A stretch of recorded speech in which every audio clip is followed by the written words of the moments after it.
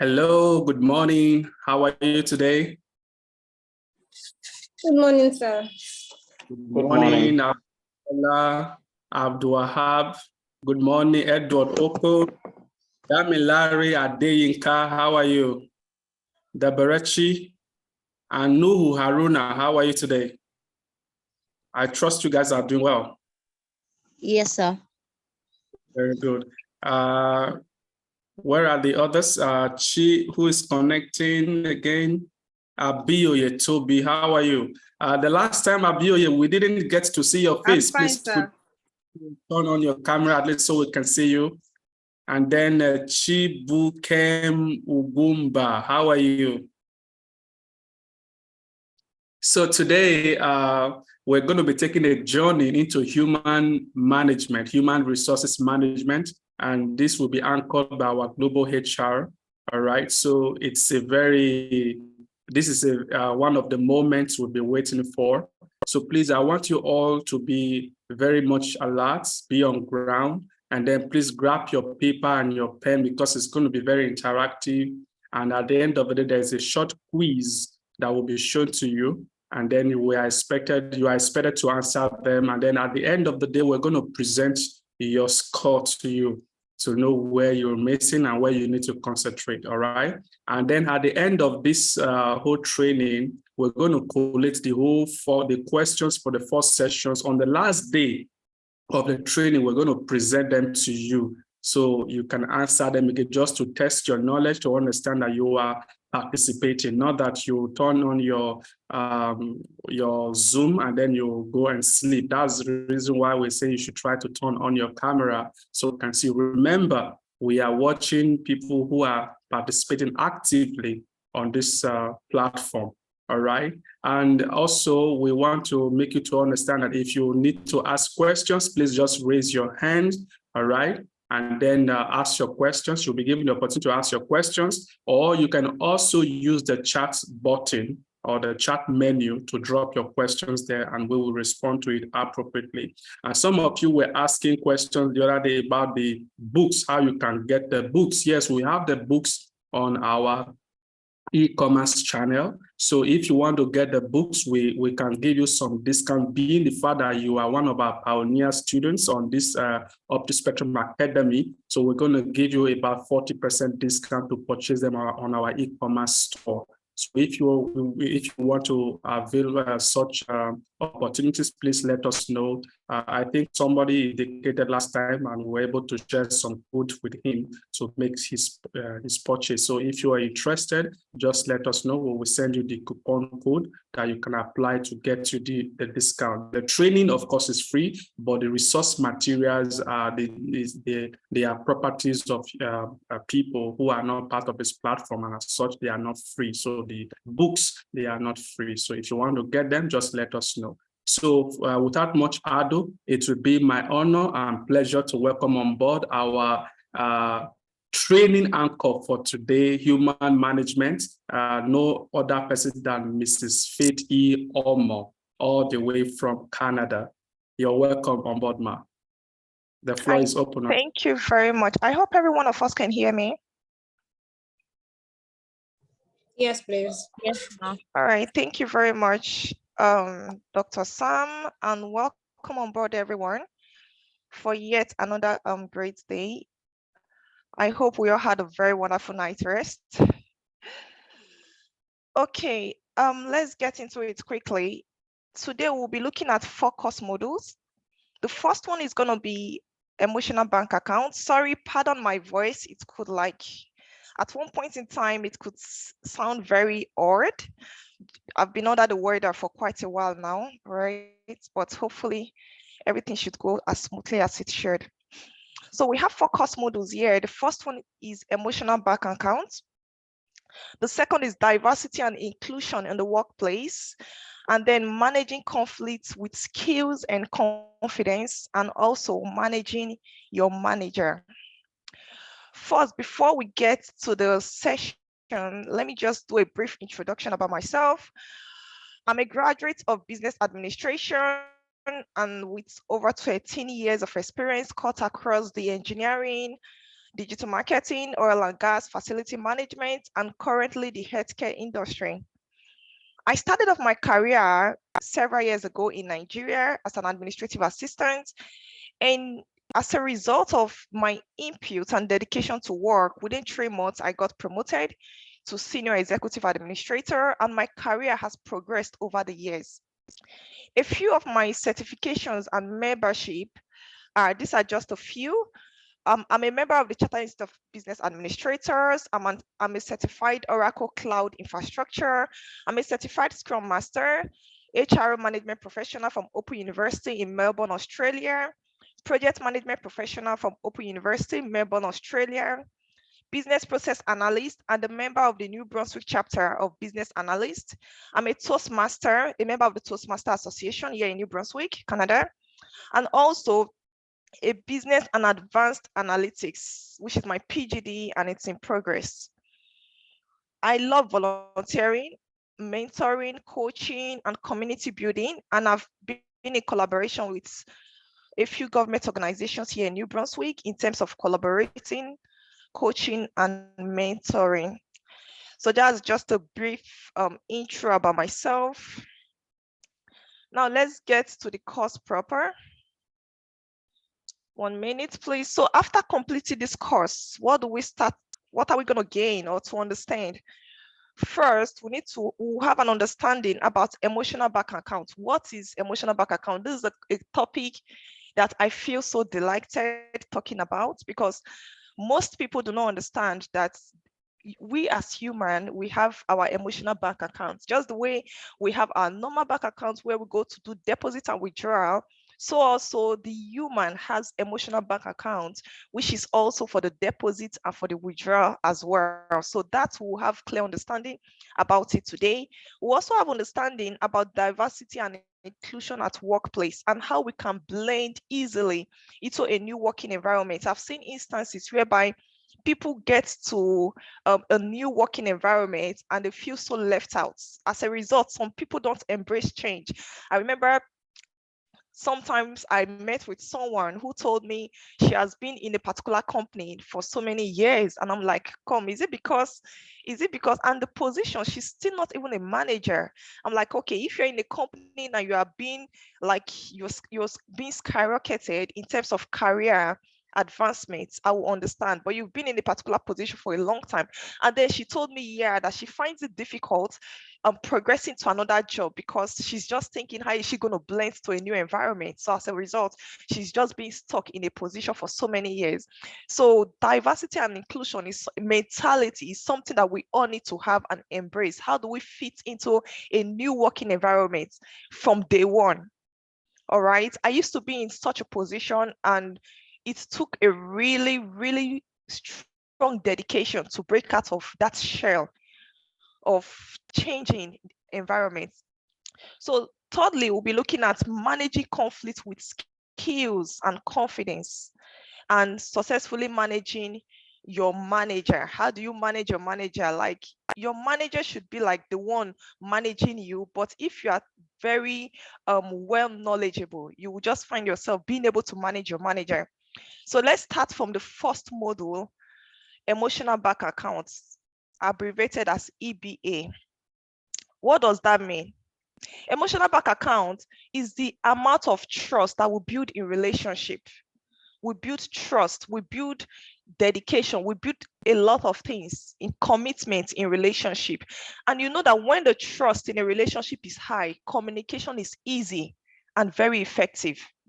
You know very well, just like you have a best friend, when you trust your best friend so well, you communicate very easily and very efficiently with such a person. So EBA, which is emotional bank account, is the useful analogy to understand that what you say or do to people can either be positive, which is deposit, just like you're going to deposit in your bank account, or negative, which is the withdrawal. So that's why it is of great importance for us to be careful of the things we say to people, because it could lead them into depression. So it's either we are saying positive things, which is a deposit to their bank account, or negative, which is a withdrawal to their bank account. So now let's take a look at emotional bank accounts in terms of empathy. Deposit and withdrawal represents positive and negative experience in our daily life. So not only in the lives of people around us, but also in our daily lives. So it is comparable as well in relationships, up and down, in family, with friends, with your co-worker or your colleagues, with people generally around you. So EBA, which is emotional bank account, is viewed as an active way to understand others and empathize with them. Empathy is basically what the emotional bank account is. When people come to you, how do you respond to them? How do you react? It happens in the workplace. You see some people, they go into depression as a result of how their colleagues treat them, or how they're not able to talk to people freely. So are you that kind of person that people cannot really come to? Either in the workplace, in the family, or even among your friends. Why? Because they feel like, oh, if I speak to this person is just going to wreck me as a result of the way they would respond or the way they would see me. So are you that kind of person? If you are, it's of great importance that we try to change our ways. Let's be such people that will have empathy on people, that people will feel so relieved and so confident coming to us at every point in time. I will take some scenarios regarding emotional bank accounts. Active listening is one of such scenarios. There are 4 steps majorly to demonstrate empathy in terms of emotional bank accounts. And let's understand that empathy is different from sympathy. All right, sympathy is, to me, I see sympathy as just being dramatic. As, oh, okay, let me just do it to fulfill our righteousness. Some people misuse the use of or the act of sympathy and empathy. They are 2 different things entirely. So I will be listing 4 steps or procedures to demonstrate empathy. How do you demonstrate empathy? Active listening. Do people come to you? Are you actively listening to their concerns? Do you identify the concerns of people that even without them coming to you, are you able to position yourself? I would say empathy is something that I have grown into. It's something that people grow into. It could be a struggle, but it's something that people grow into in the long run, because you just have to be able to discern. Not everyone might be free to come to you, but I would tell you that it has so become a part of me that if you are with me, if you are someone that I know and you are with me, just within 5 minutes, I would be able to discern that you are having concerns, because I will avoid seeing the real you and now the disturbed you. So do you identify concerns in people without them coming to you to tell you they have issues? And thirdly, are you that kind of person that would blame? If people come to you, do you point fingers at them? You should know people come to you because they need you to help them solve their problems. So are you going to be the one to pay attention, empathize with them, or you are just want to blame them? If someone is wrong and you blaming them, it's like you're just adding fuel to fire, which is going to explode, right? But rather, when they come, do you digest it, try to calm them down first before even preferring solution, or you are just the one that will just point finger, oh, you did wrong, you should not have done that? That is not empathy. And also, how do you resolve concerns? Do you resolve people's concern? When they bring a concern to you, do you even try at any point in time to resolve their concerns? So these are the 4 steps to demonstrate empathy. Now let's take a look at the difference between sympathy and empathy. Sympathy is when you share similarities with another person. When you share similarities with another person, which will make you to share their feelings. You just only share their feelings. Like if someone comes to you and say, oh, I feel this way, you just like, oh, okay. Like you just like trying to, oh, okay, I understand you're feeling this way. But empathy is when you really understand, like when someone's pain becomes your pain, when someone's downtime becomes your downtime, you are empathizing. Me, I see sympathy as just a script. When you're running a script, like, oh, you've already programmed yourself, like, okay, if someone comes to me and the person is heartbroken, I'll just tell the person, oh, sorry, just feel fine. This is just like empathy. This is just like sympathy, sorry. But when you sincerely feel the pain of someone, that's a reflective understanding of someone's concern while maintaining your own identity. Your own identity in terms of you will be there to provide a solution. You will be there to comfort the person. That doesn't take away your identity. But at the same time, you are being able to sympathize with the person. You feel the person's pain. That's what sympathy majorly is. All right. So let's go further. So sympathy are often confused most of the time. I know some people will tell me, oh, I sympathize with this person, or some people will say, oh, I empathize with you. But when you really ask them, okay, what do you mean by empathize? They will not be able to give you like the right understanding. So with that, you will just see that people, a whole lot, I've met a lot of people that really conflicts the sympathy and empathy. All right. So let's try what the world needs at this very point in time is empathy, not sympathy. So whenever people come to us for any form of concern, let's not run the scripts to them. And the truth is, when you are in a position whereby you've been able to know the difference between sympathy and empathy, if someone comes to you running the script of sympathy, you'll be able to know that this person is not genuine. Because it has gotten to a place whereby I'm being able to identify. Even most times, I tell people around me, why are you running scripts? Like, you don't come acting like, oh, I empathize, oh, I do this, I feel this, I do this. These are just sympathy, not empathy. So let's place ourselves, let's train ourselves. And I want us to also know that empathy, can be built on. We can be, if we are not having that, it's something that we can build on, we can develop it.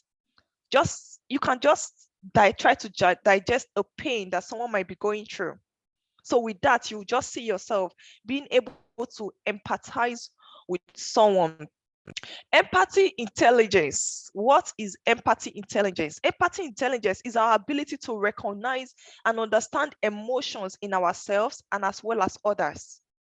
Are you able to identify people's emotion without them having to shed tears? It's not only people that shed tears that are going through pain. Some people just try to like have this to digest it, but within them they are going through a whole lot of things. So what that is emotional intelligence, your ability to understand, okay, I've read this person and I feel this person is going through a whole lot of things, and then you being there for the person.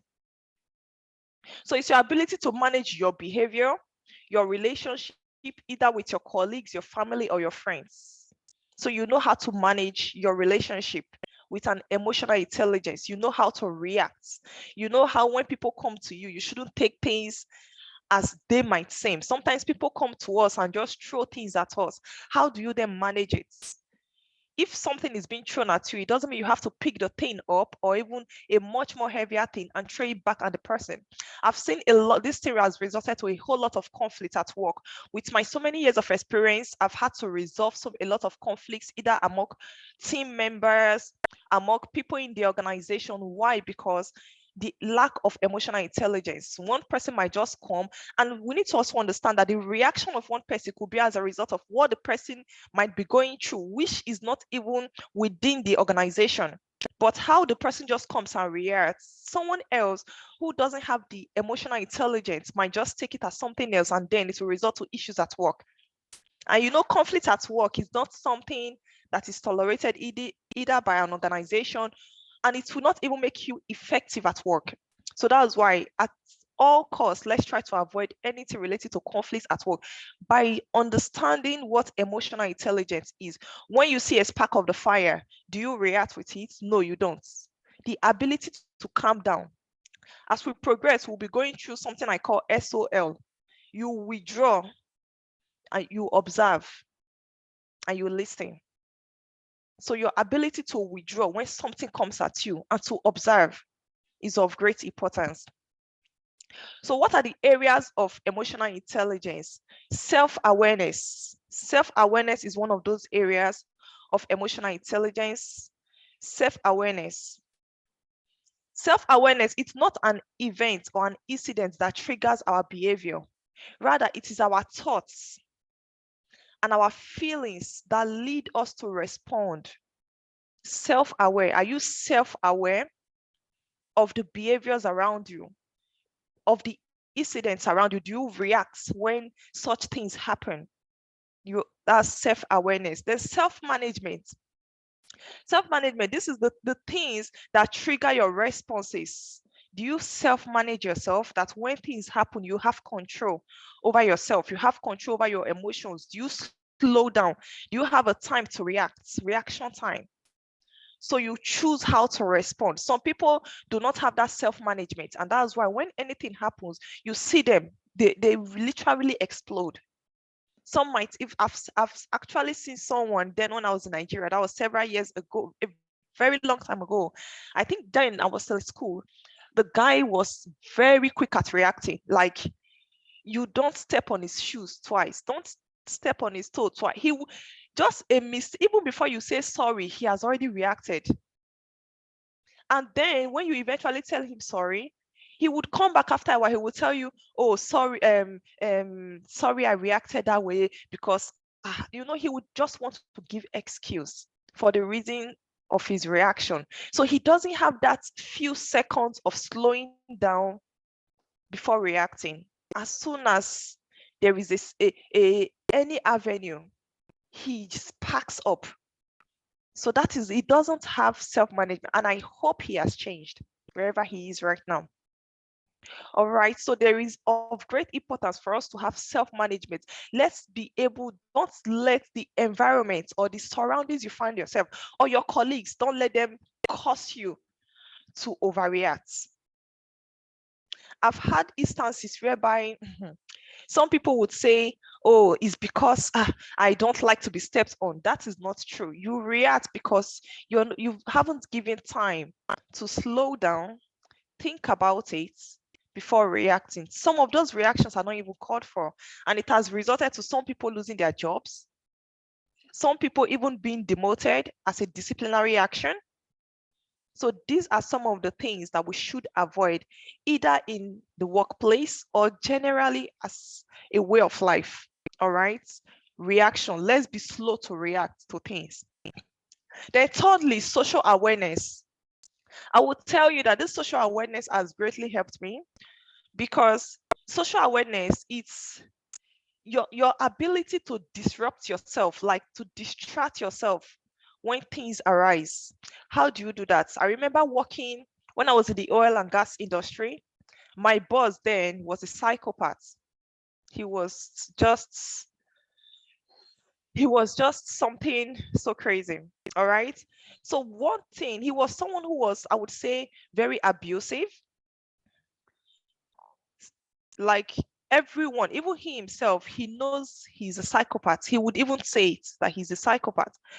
So one thing I would say that helped me in staying in that organization for over 3 years was my ability to continuously distract myself, which I call here social awareness. And how do I do that? I would distract my thoughts. When he starts saying a whole lot of things, the man would use wrong words. He would use F word, he would use B word, just some crazy words that shouldn't be heard in the working environment. So he would use such words. And what I do, instead of reacting, I just distract myself. I would think of something good. Even at some point in time, he would know. At a point, he discovers that I don't even, it was like I wasn't even hearing what he was saying. I was able to build myself to that extent that he would realize it and he would ask me, "Faith, do you understand? My thoughts are off because I don't want to pay attention to what he was saying, because it will either demoralize me and I will be unfulfilled." When he demoralizes me, who loses out? Me, of course, because it will affect my career. So I was able to distract myself, to disrupt my thoughts and my processes. So it's of great importance that sometimes when we find ourselves in places whereby we are not well treated or people say wrong things to us, either in the work environment, let's have the ability, instead of reacting, just distract your mind and think of positive things about yourself. What I majorly think of is where I'm going to. I know that every point that I find myself then and even now is just a path towards my success. This is not the destination. This is not my final destination. So I think of my destination. So I don't think of now. I wouldn't let anyone, either my colleague, my director, or anyone, crash my career goals now when I have a greater future in career. So try to always distract your thoughts when you have such things coming into your mind. Then lastly, relationship development. This is disrupting negative thoughts and replacing them with empathy. I tell you, this will take you leaps and bounds towards managing your relationships, either your career relationship or your personal relationship. Disrupting your thoughts, build on your relationship with people, either in your job or in your personal life. It is of great importance. Build good relationship. When I say relationship in terms of job, not going to have like a sexual relationship or whatsoever, a good career relationship. It is of great importance to build great career relationship. It is only through these platforms that we will understand emotional intelligence. Having great relationship, just like when you have a great relationship with your spouse, you are or your best friend, at least you are being able to understand a whole lot of things, and it actually gives you more understanding of the person. So it's of great importance for us to build our relationship, social awareness, self-management majorly. I always stress on this. Stress management, self-management cannot be emphasized. How do you react to things? You know the time to slow down before reacting. You know the time to slow down to speak. Not only reaction, also speaking. Some people do not have self-management in terms of speaking, that when they just say things, all right? So I remember then, my friend and I will always use the word blab. They just blab things. Like people come to you in the form of you joking. Sometimes our jokes are being misinterpreted. Even our jokes, we might see it as jokes, but it is causing great harm to someone else. So let's know the time to self-manage ourselves, self-manage our tongues, self-manage the way we react to things. This will greatly help us.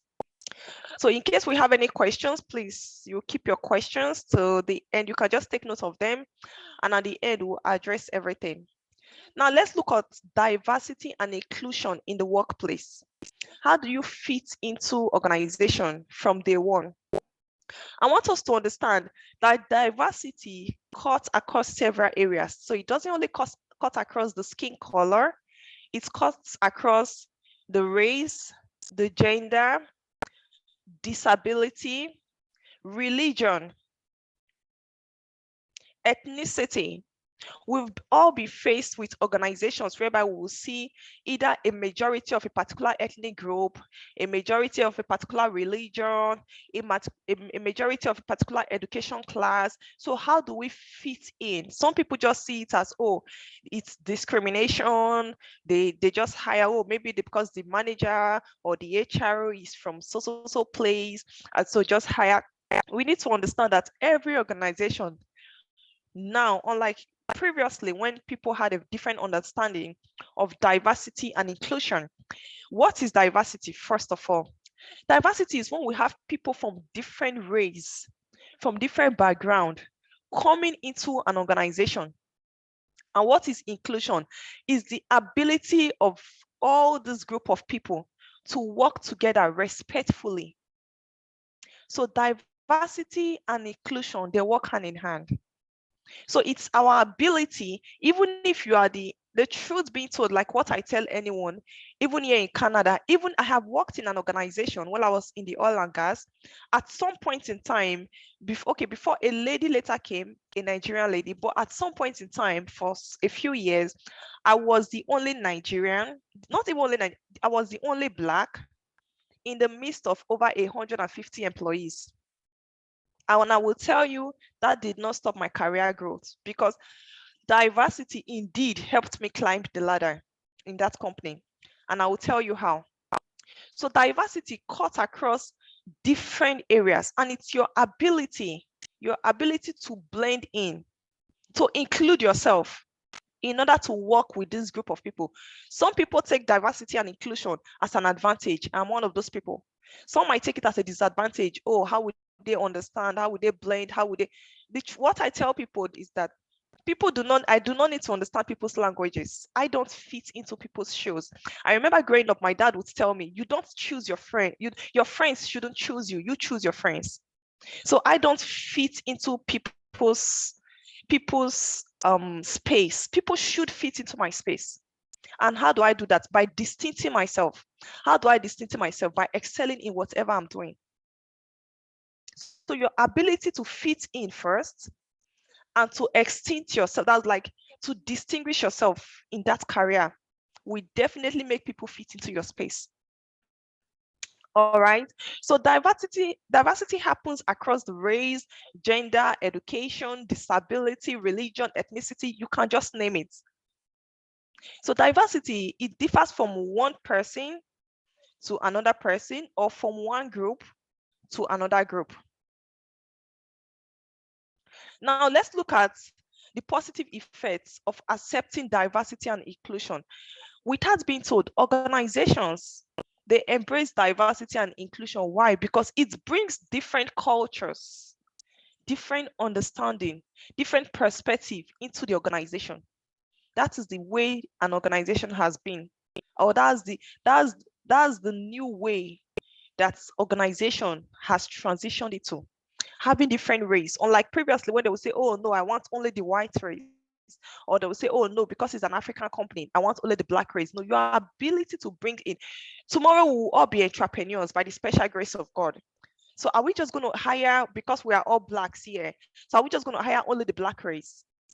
It means you are not opening up your organization for growth. You are not opening up your organization for different cultures. Your ability to open your organization for different cultures will actually lead to more success of an organization. Because if people want to deal with you, they will not deal with you as a black company. They will deal with you as a diverse organization. People will want to mingle with your organization. Even great investors, they want to mingle with your organization. Why? Because, oh, we have the black, we have the white, the Caucasian, the Asian, just different races coming together, and the organization is running smoothly. I will tell you an instance how it greatly helped me in my previous organization. When I joined the oil and gas company, I would say I was one of those who started and grew the company, because when I joined, we're just two, myself and the director. He sold this idea to me, and we started working together, and boom, the company kickstarted. That was in 2018. And when we started, I was in the position to employ other employees. I wasn't looking at employing just the black race. I was looking at bringing people who will grow the company, people who will impact the company. I know so many people would say, oh, because you are black, you are the manager there, we are opportunity, we'll just be bringing in your black. I want you to understand that if you bring in people who are not fit for the job simply because they have the same race with you, as the company is crashing, you are crashing with the company because you are not bringing in the right people. So it's better to have the right people on board, grow your career, than to have people because of race. I see such a thing as someone just being myopic, someone who doesn't have career goals. So I hired people. That was how we grew from just two of us to 150 until I left the company. We had people who were Arabic, Indians, Filipinos, Pakistanis, Canadians, all Americans from different race. So when you're hiring, you don't look at a particular place. Look at those who would come into the country, who would come into the organization and be a change. Because when the organization progresses, you progress as well in your career. And I will tell you that greatly helped me climb the ladder in the organization. I just found myself gradually going. And as the company was growing, my knowledge kept increasing because I began understanding the different cultures of the people.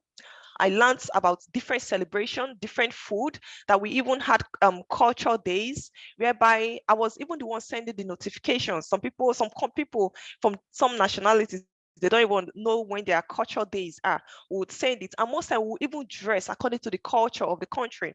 If it's India, on that day, a day before, or that week will just announce, oh, okay, this is Indian week or Indian day, so day. So people will go and dress according to India attire on that very day. So it brought this uniqueness into the organization.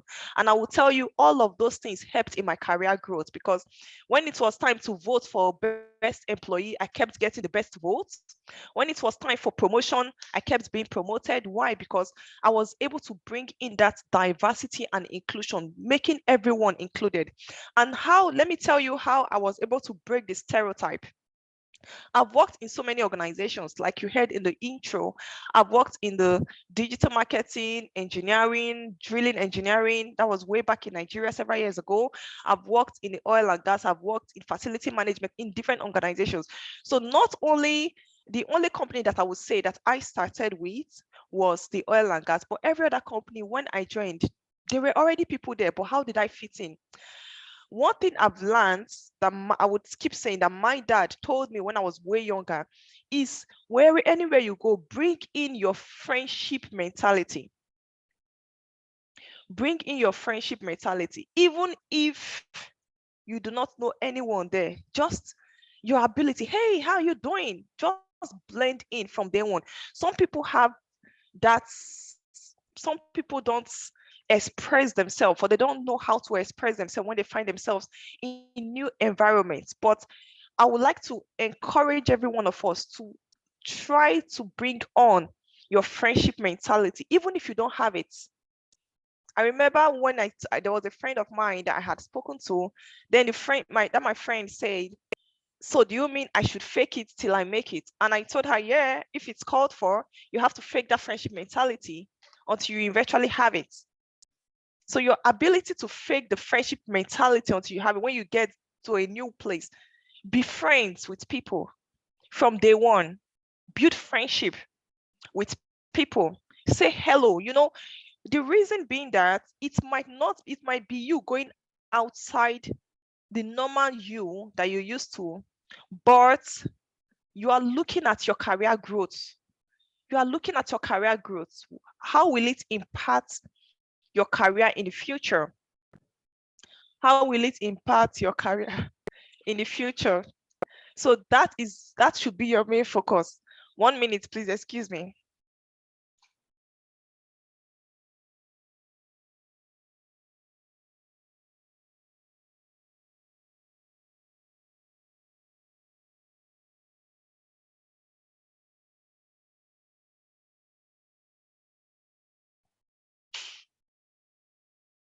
Sorry about that, sorry. So that should be our main focus. Look at your career goal. So wherever I find myself in an organization, I am not looking at, at a point in time, my husband will say, Faith, you are so good at looking at the content, not the container. So anywhere I find myself, I look at the content. The content is what I gain in the organization. Like, how will it impact my career? I am not looking, the container are the people. So I don't care the faces of the people. I don't care how they look at me. I don't care what they feel about me. I look at the content. I look at my career, my future. I know where I'm going to. So I'm in this organization because it's a passage towards where I'm going to in terms of my career. So I encourage everyone, let's not remain in a particular place. Just like I said earlier, I have a friend who was in a particular, she eventually became my friend. I've mentored her through a lot process. I will tell you that I helped her break that stereotype of inability to change career because she was in a particular place. She was in the place for, I remember when I met her, she was in the company for like 7 or 8 years. And what was she? Just a receptionist. And I remember telling her, she was so confident. Oh, I've been in this company for so many years. And I asked her, I was thinking so many years. She was trying to say maybe like 2 years. And then I asked her, how many years? She said 7 to 8 years. I'm like, and you're not promoted? You're still a receptionist? You're not promoted? You've not changed career? Like, you are one of the least paid in the organization. 7 to 8 years. Number one, if a company values you, they will retain you. But if a company retains you and doesn't promote you, it means your career growth is not of importance to an organization. I've seen some people waste so many years in a particular position. Your career growth should be important to you. That's what I mentor people on.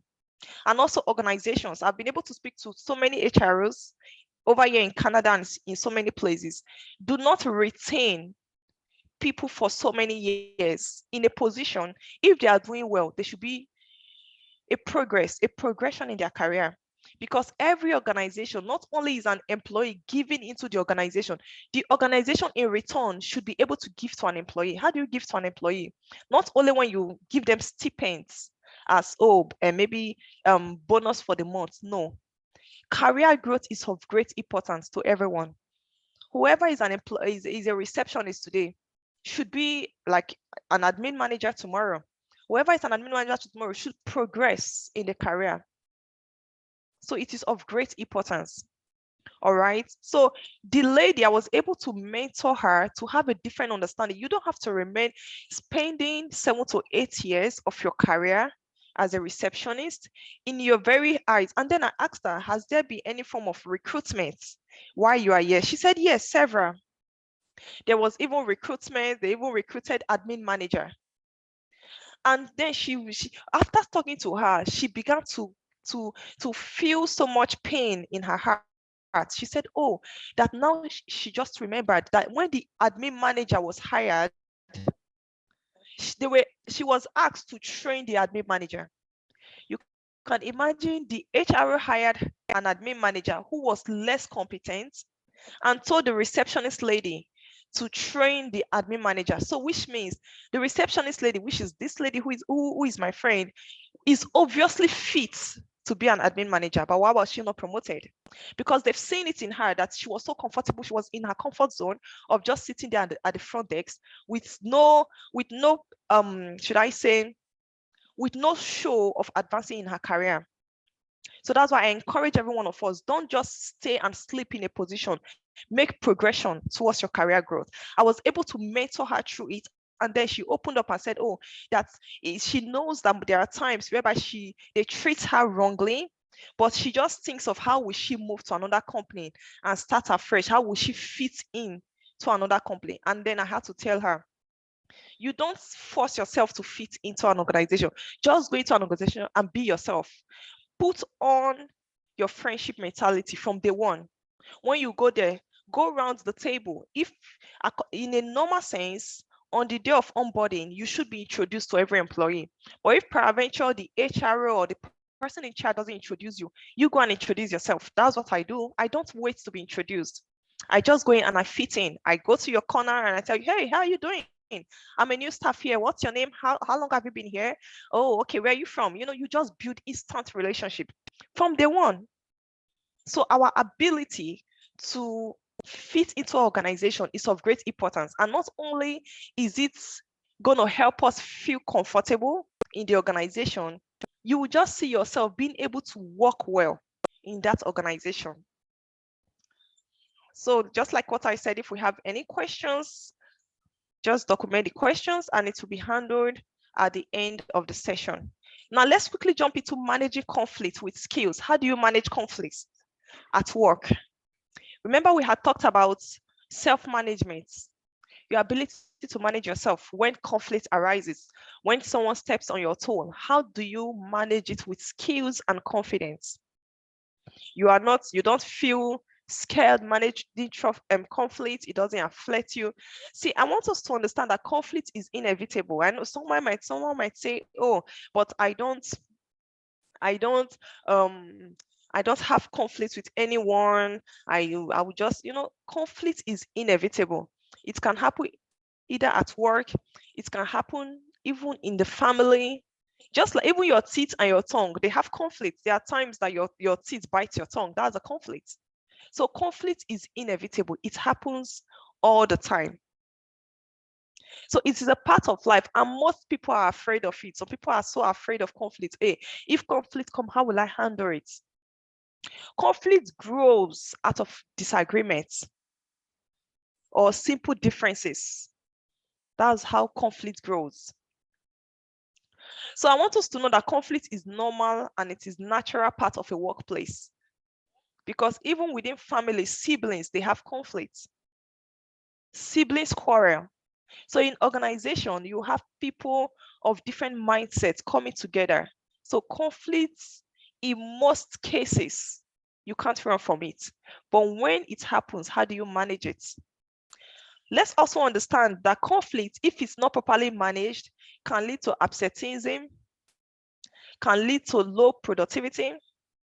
It can lead to even mental health issues. Some people feel so depressed going to work.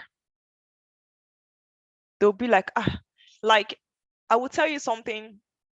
When I worked in that oil and gas company, I used that company as a ladder towards my growth in so many areas. One, in terms of self-control. Secondly, in terms of my ability to know when to zero out, like when I mean zero out, like when to distract myself totally without having to bother myself on so many things. So I use that company because the company, I would say the oil and gas sector comprises of people who, I remember my boss there would say every director in an oil and gas company is crazy because they have so many things to take in. Being a kind of fast moving industry, the directors have a lot to take into their head. So you will know that you need to understand that if conflict is not well managed at work, it will lead to your own low productivity. And what happens when you have low productivity? The company might see you as, they might turn you to redundancy. It will lead to exit from the organization. It's either you resign, personally resign, or the person gets terminated. So a lot of things. It might even lead to absenteeism. When I was in the oil and gas company, there was a time where at the beginning, I would say when things were moving slowly, everything was so fine. The director was very sweet then.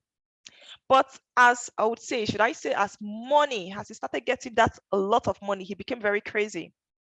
He began to have disrespect over people. He no longer valued his employees, not even me, myself, who started the company with him. A lot of things just went haywire with him. So at some point in time, the best time of the day for me then was when I was going home. Like if it's just time to close 6 p.m., I would be so excited. Even from 5:30, I've started packing up my things. I will shut down the system. Like I just want to go home because the man was so crazy. Being under the same roof with him was something else. That even the following day going to work, I would want to look for any reason not to go to work. I will tell you, sometimes it led to my being absent at work. Why? Because then I had not developed my conflict management style. There was a time that my husband sat me down and told me, you need to develop how to manage conflicts, how not to feel distracted when anyone throws anything at you. You just zero out. My husband would say, just zero out. Like, just tune up your mind to something else. Think of something else. Think of where you're going to. Think of your future. Someone's behavior today should not distract you. All right. So your ability to manage conflict with style, without stepping on people's toes, without affecting your career, without anything negative happening to you.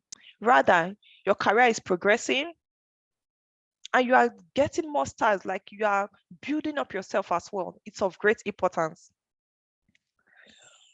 Conflict needs to be effectively managed in order to contribute to your success. Because there are people who are just destined to be career destroyers. That's why if you're not able to manage your conflicts, the person will just see his or her career being destroyed by someone. I remember working in an organization whereby there was a fight. Why? Because one person was wrong. There are some people who, when they are wrong, they want to drag others into their wrong. So the person who was a victim, who became a victim, he didn't have the conflict management style, how to avoid this thing. And before you know, there was fight in the organization. And not only was the person who was the one at fault, not only was he suspended, the person who became a victim was also suspended. Why? Because he couldn't manage it. The other one brought fire Sorry, the other one brought the fire and he poured the fuel on it. So it led to a great spark in the organization, and both were fired. Initially, there was suspension, and eventually it led to an indefinite. It was an indefinite. Initially, it was like a 2-week suspension. Eventually, became an indefinite suspension. And that was how they were let go in the organization. So you need to be able to manage conflict with style whenever it arises. Definitely it will come. Definitely it will come. But don't react when it comes.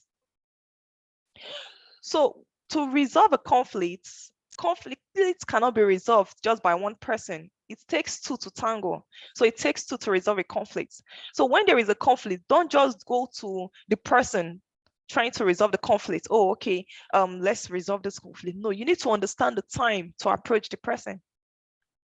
You need to understand the time. I don't know, people differ, but for me personally, I can't work in a place where there is chaos.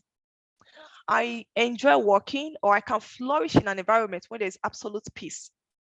Even if you are the one wrong, if it will take me to come apologize for you being wrong, I will do it. Why? Because I want to have my peace. I want to be able to work efficiently.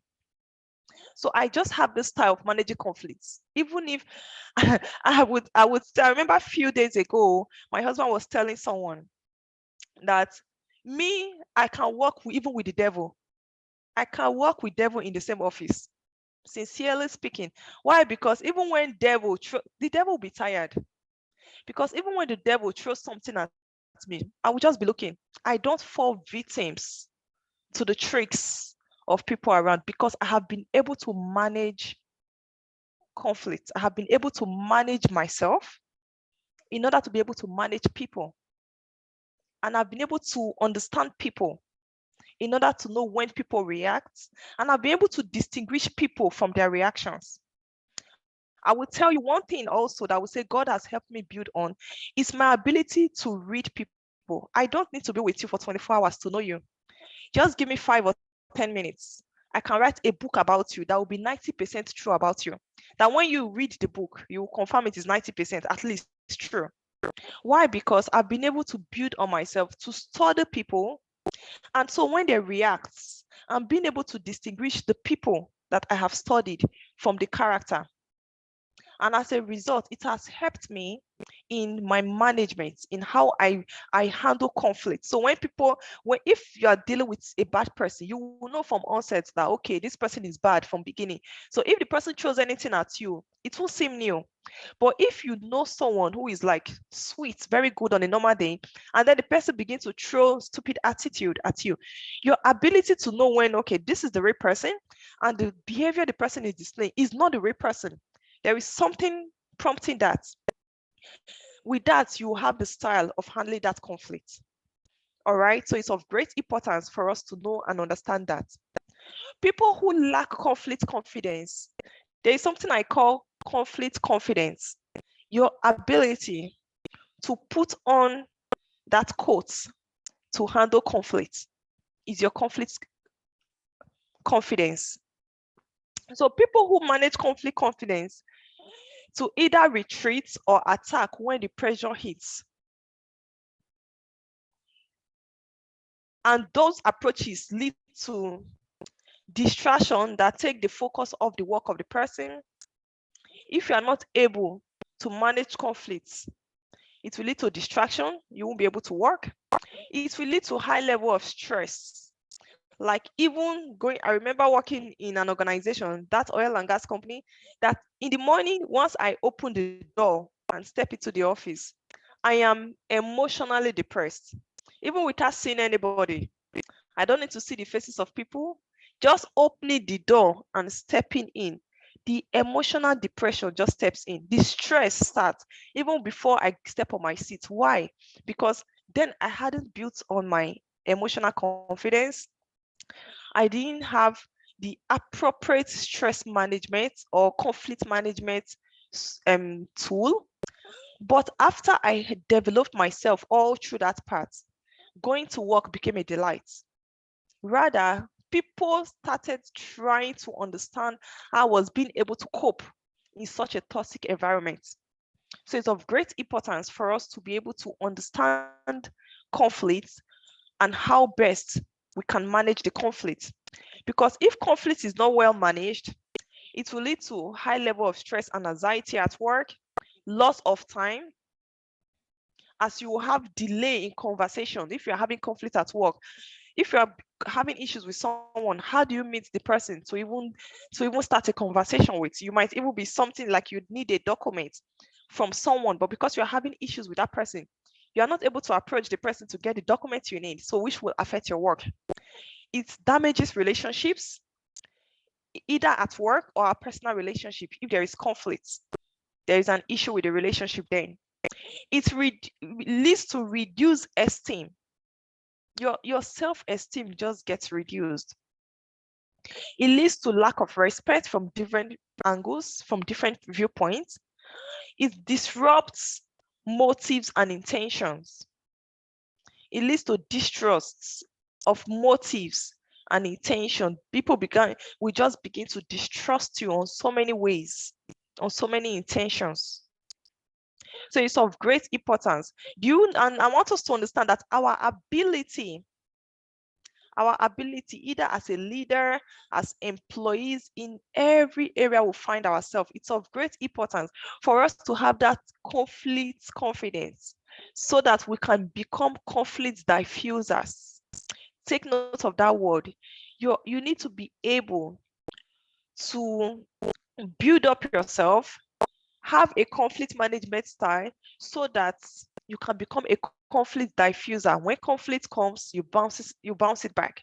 When conflict comes, instead of the conflict crushing you, you are crushing the conflict, which means you have become a conflict diffuser. So your ability, and how do we do that? You need to know how to calm things down. You need to know how and when to calm things down.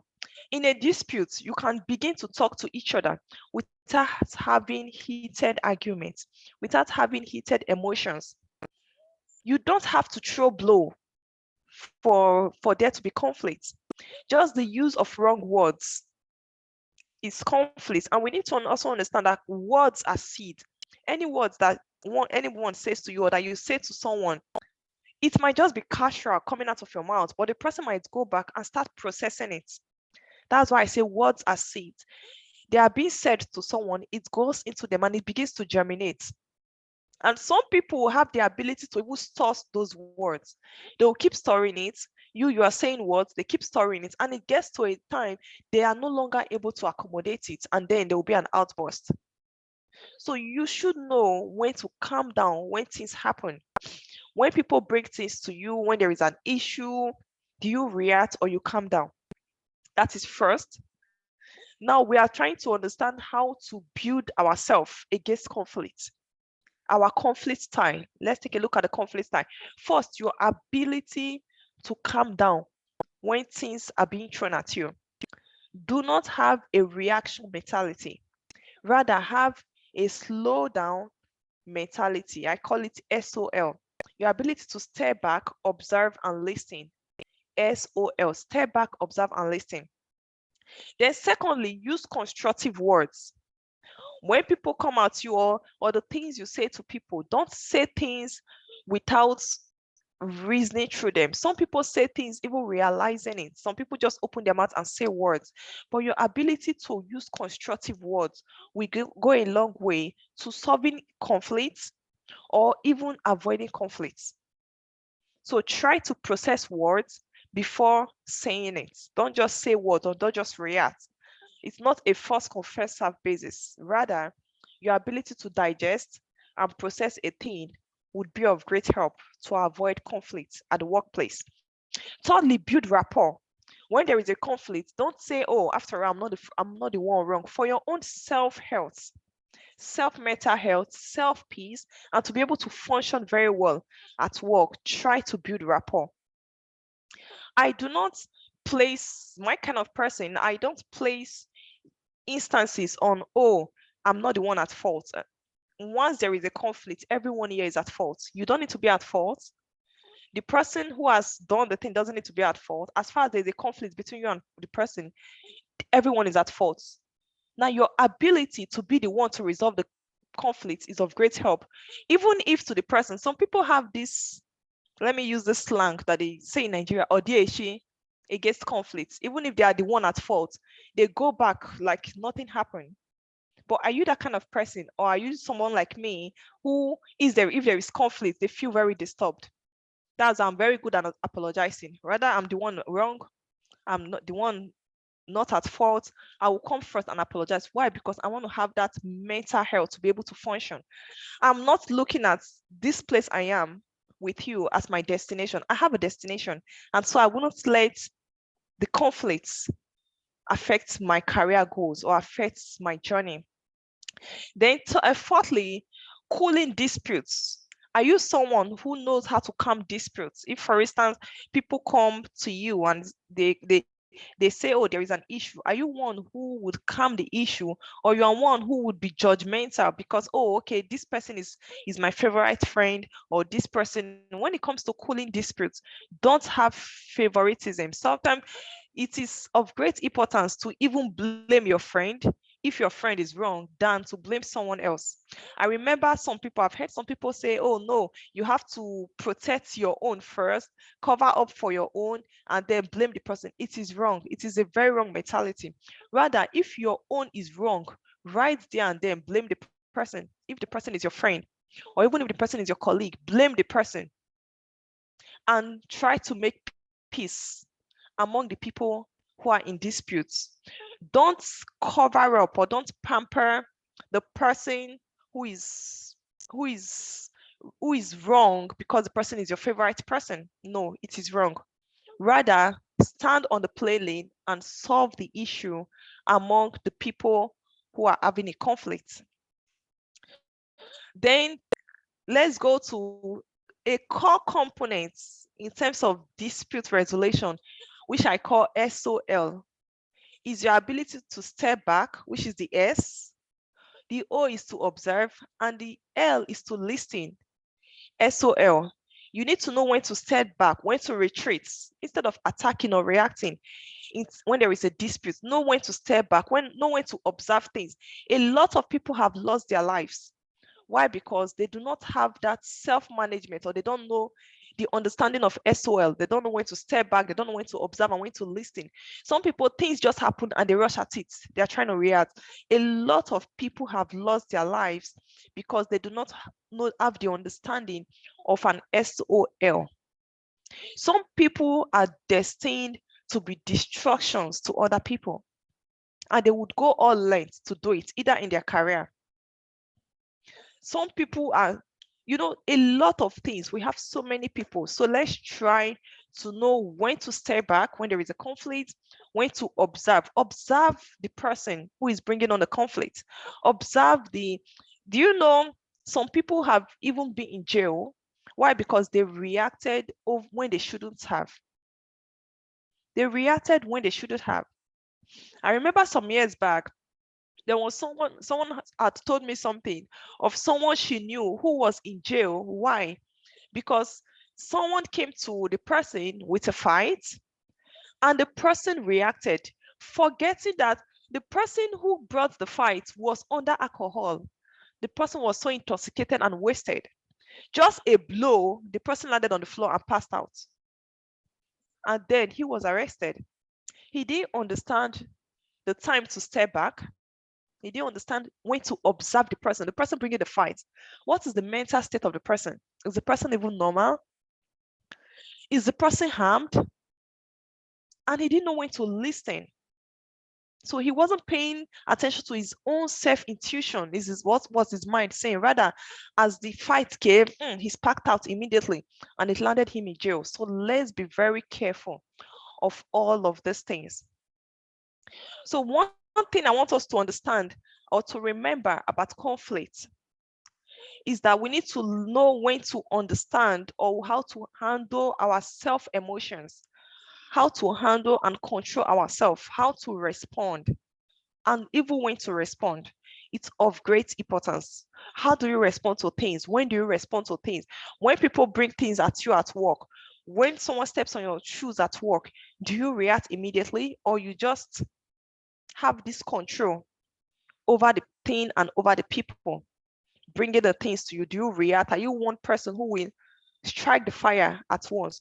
So please, it's of great importance. It greatly helps. And I want us to know that companies are watching, people are watching. So your ability to self-manage yourself will be of great help in self-managing your people around you, and it will help in your career growth. Myself as an HR manager, from day one that anyone steps into an organization, my eyes are open, because companies do not want to promote people who will continuously cause chaos in the organization. Rather, they want to have people climb the ladder, those who will impact on others below them.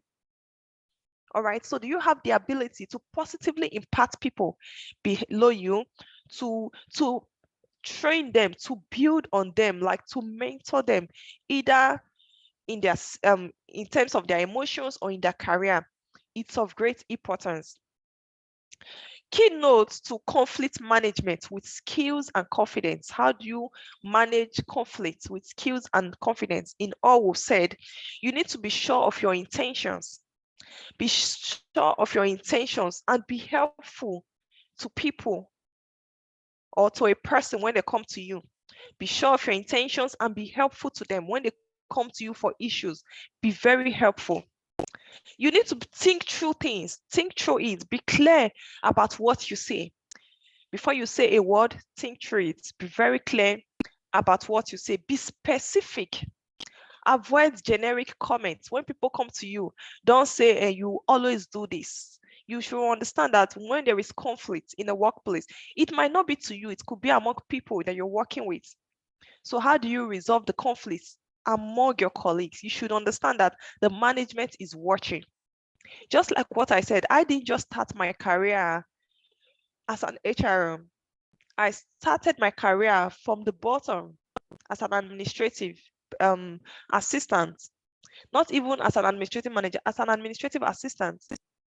But one thing for sure, that over the years, even before I started working, I've been able to have some, because I'm someone who reads a lot. I love to read books, I read materials, I pay attention, and I observe a whole lot. I can be in a place, I will not talk to anyone, I will just be observing. I want to learn the good and the bad from everyone. So I've been able over the years, even before I started working, to know how to manage things, how to manage myself, how to mentor people in career paths.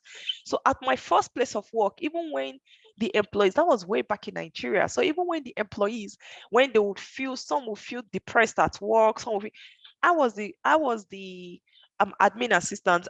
I was mentoring at that several years ago.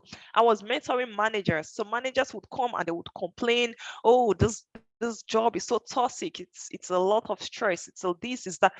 I was the admin assistant, but I was mentoring them and coaching them. I would tell them, oh, I understand it's very toxic. I understand it's very stressful. You need to do this, you need to do that. You need to try to have time for yourself. You can take vacation, you can have a long holiday, you can have. I was building up on them. And with that, within 3 months, I got promoted. And a lot of the things that led to the promotion, when it was spelled out, I was just in tears. That was when I discovered that companies are watching. Even the people you are mentoring, they are watching. They want to see. And when it is time, at that time, and I understood that when it was time for a vacancy in an organization, there was a round table, which I didn't know. A round table meeting was held, which I never knew about, of the managers and the directors. They were looking for, I wasn't the only admin assistant. We had other people who were admin assistants. I think we were about 3 or 4 of us. But a table meeting was held for a need to fill a particular position. And there was a deliberation on who, and there was a vote among the other team members, the managers, the director, and they were streamlining, should they hire from outside, bring it to the organization, or the 4 admin assistants within the organization should be promoted to that position. And then there was a vote, and to the glory of God, they streamlined the reasons why I should be promoted for the position. They said I was coaching, I was mentoring, I was this going far and beyond my job responsibility. And within 3 months. So from then, I understood that whatever you're doing, whatever seed you're sowing in an organization is being seen, is being noticed, is even being noticed, even if the person you're doing it to doesn't notice or appreciate you. I tell you that is being noticed by others, and even the person will vouch for you. These people, when I was saying it then casually, oh, don't worry, you're going to be fine. Maybe you should take a chill pill. You need to slow things down. I was literally coaching managers, telling them on how to manage stress at work, even when I was an admin assistant. So some people will just be like, oh, I remember then, even a colleague of mine who was also an admin assistant in a different department, she would tell me, Faith, why are you wasting your time? I beg you, all these men that are eating big money, they are the directors. When they are paying them a whole lot, why are they feeling stressed? After all, they were saying all those kind of words to deprive me or to dissuade me from, it wasn't something I was faking, it was just an empathy that I had then. To, oh, this person is really facing stress at work, this person is complaining regarding this. So all of those things indeed paved a way. And those admin assistants who were trying to dissuade me from that natural habit of mine, I left them in that position. Like, they were still there. I got promoted. They became answerable to me. Within 3 months, I met them in the company. But within 3 months, I was promoted and they were still there. So we need to have all of these skills. It is being seen and being watched by an organization. So we need to focus on our behavior and the behavior of others. Just like what I said earlier, your ability to know one person, the person, and the character. I remember there was something my husband and I were listening to several years ago, and then the person who was saying it said, punish the sin, not the sinner. Punish the sin, not the sinner. That's the person who is the sinner is the person with the bad attitude, but the sin itself is the attitude. So you rebuke the attitude, but rather you try to mentor the person to be a better person. You try to understand, be able to differentiate between the container and the content. It's of great help when handling a conflict at work. You know the person, you know your colleague so well that this is not how my colleague reacts. So why is he reacting this way? Okay, he's reacting, doesn't mean I have to react. So since he's reacting, I know there must be something, there must be a push behind the scene that is causing him to react. So you know when to pull out, like when to retreat, when to slow down, you don't have to react, and rather know when to speak to the person, to mentor the person through such a situation. So that would be of great help to resolving conflicts in an organization with great style. All right, please, if we have questions at every point in time, do well to note it down, and it will be sorted out at the end of the session. So I think now we can move to, and again, I want us to understand feedback is of great importance. Learn to have people around you who would give you feedback about your reaction. At some point in time, okay, in that oil and gas company, a close friend of mine joined the company eventually. She was also a Nigerian, but I would tell you that whenever there was issue at work, and if I react, maybe like reacting is not fighting, I never fight, no matter what. But if I react, maybe I just say a wrong word, I would go back to her and ask her, how was my reaction? I wanted her to give me feedback, and genuine feedback. At a point in time, I told her, if I am wrong, blast me. Don't hide and don't filter it because you want to try to preserve our friendship. You're not helping me. But rather, I want to hear constructive feedback. Like, and she would tell me, Faith, you messed up. If I had said something wrong, oh, you messed up. You should have said this. You should have said that. That, in fact, grew our friendship because I saw the genuinity in her.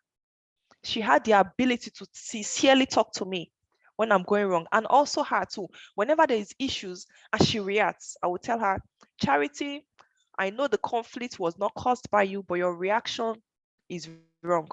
This is what you, so your ability to listen when anyone gives you actionable feedback is of great importance. Don't react when someone gives you feedback. Rather, the feedback is for your own, benefits. It's for your own benefits. You should go back to the drawing board and try to build on it. Ask for clarification at every point in time. When someone gives you feedback, ask for clarification if you don't understand. If someone say, oh, you react this way, or the way you said this was wrong. Okay, please, how did I react? What should I have done better? You know, ask for the end point of this is for your own good. The end point is for your own good. So your ability to learn from constructive feedback will greatly help you. And also summarize what you've heard. Someone comes back to you and gives you, or there is an issue, you need to summarize it in order to avoid a repeat of it next time. So learn to summarize, learn to reflect back, to have a better understanding of what you've heard is of great importance. Okay, because of time, let's move to the last module for today, managing your manager. I will tell you, this has greatly helped me. I learned this when I was in the oil and gas industry. When the manager became so toxic, I had to learn how to manage him. Not only him, I learned how to manage other managers in the organization. That even, I will tell you that at some point, the manager would not want me to even take vacation. He wanted me to be at work every day, even telling me that instead of me going for vacation, he would even pay me double for the vacation, because he saw that I've been able to learn how to manage him, that he can literally not function at work in my absence. Why? I knew when to fall back, to observe him in order to be able to manage him. In all of his reaction, misbehavior, and everything, I knew when to fall back, to observe him in order to be able to manage him. That was what helped me at work. Otherwise, at so many points in time, I would have lost it. But that was what helped me at work, because I learned how to manage him. So most people, we need to also know that most people, including managers, they want to be effective at their job and in their role. And they have the desire to want to make everyone happy. You will see employee want to make everyone happy, want to make your boss happy. The truth is, such a desire is a disaster. You cannot make your boss happy all the time. Some people even want to displease themselves in order to please their manager, just to be in their book. You cannot do that all the time. It will break you out. It is not possible. You cannot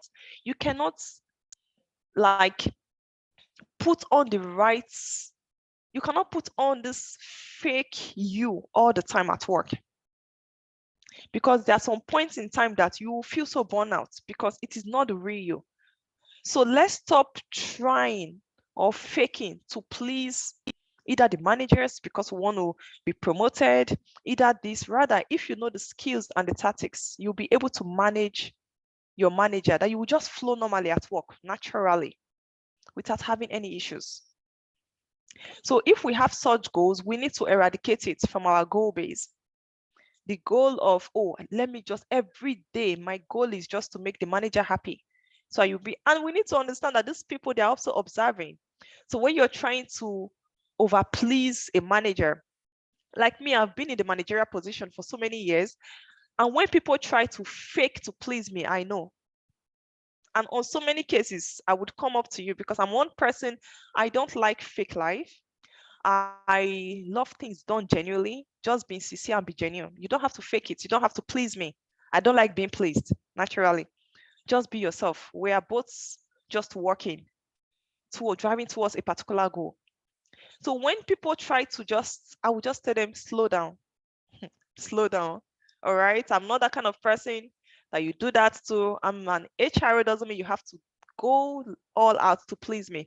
You don't have to bring coffee. You don't have to bring water. You don't have, I like to carry my things myself. Even if I'm in the office environment, though now I'm working from home, but even if when I was working in the office environment, and then I have to, we had people then who would literally go and serve coffee, serve this, serve that. I will tell you that for so many years, I never allowed, I even told the lady, you see this my cup, don't touch it. Don't serve me water. Don't serve me coffee. I'm not those kind of managers that you have to please. No. If others are accepting or tolerating it, I don't appreciate it. All right. I have hands. Me becoming a manager, God took me to the throne of being a manager. That throne or that position did not amputate my hands. So let's try to understand that we do not have to go all out to please anyone just because of, okay, he's the manager. Rather, let's be our natural self. All right. If you're trying to please deep down within you, you know fully whether you're not doing it genuinely or satisfactorily.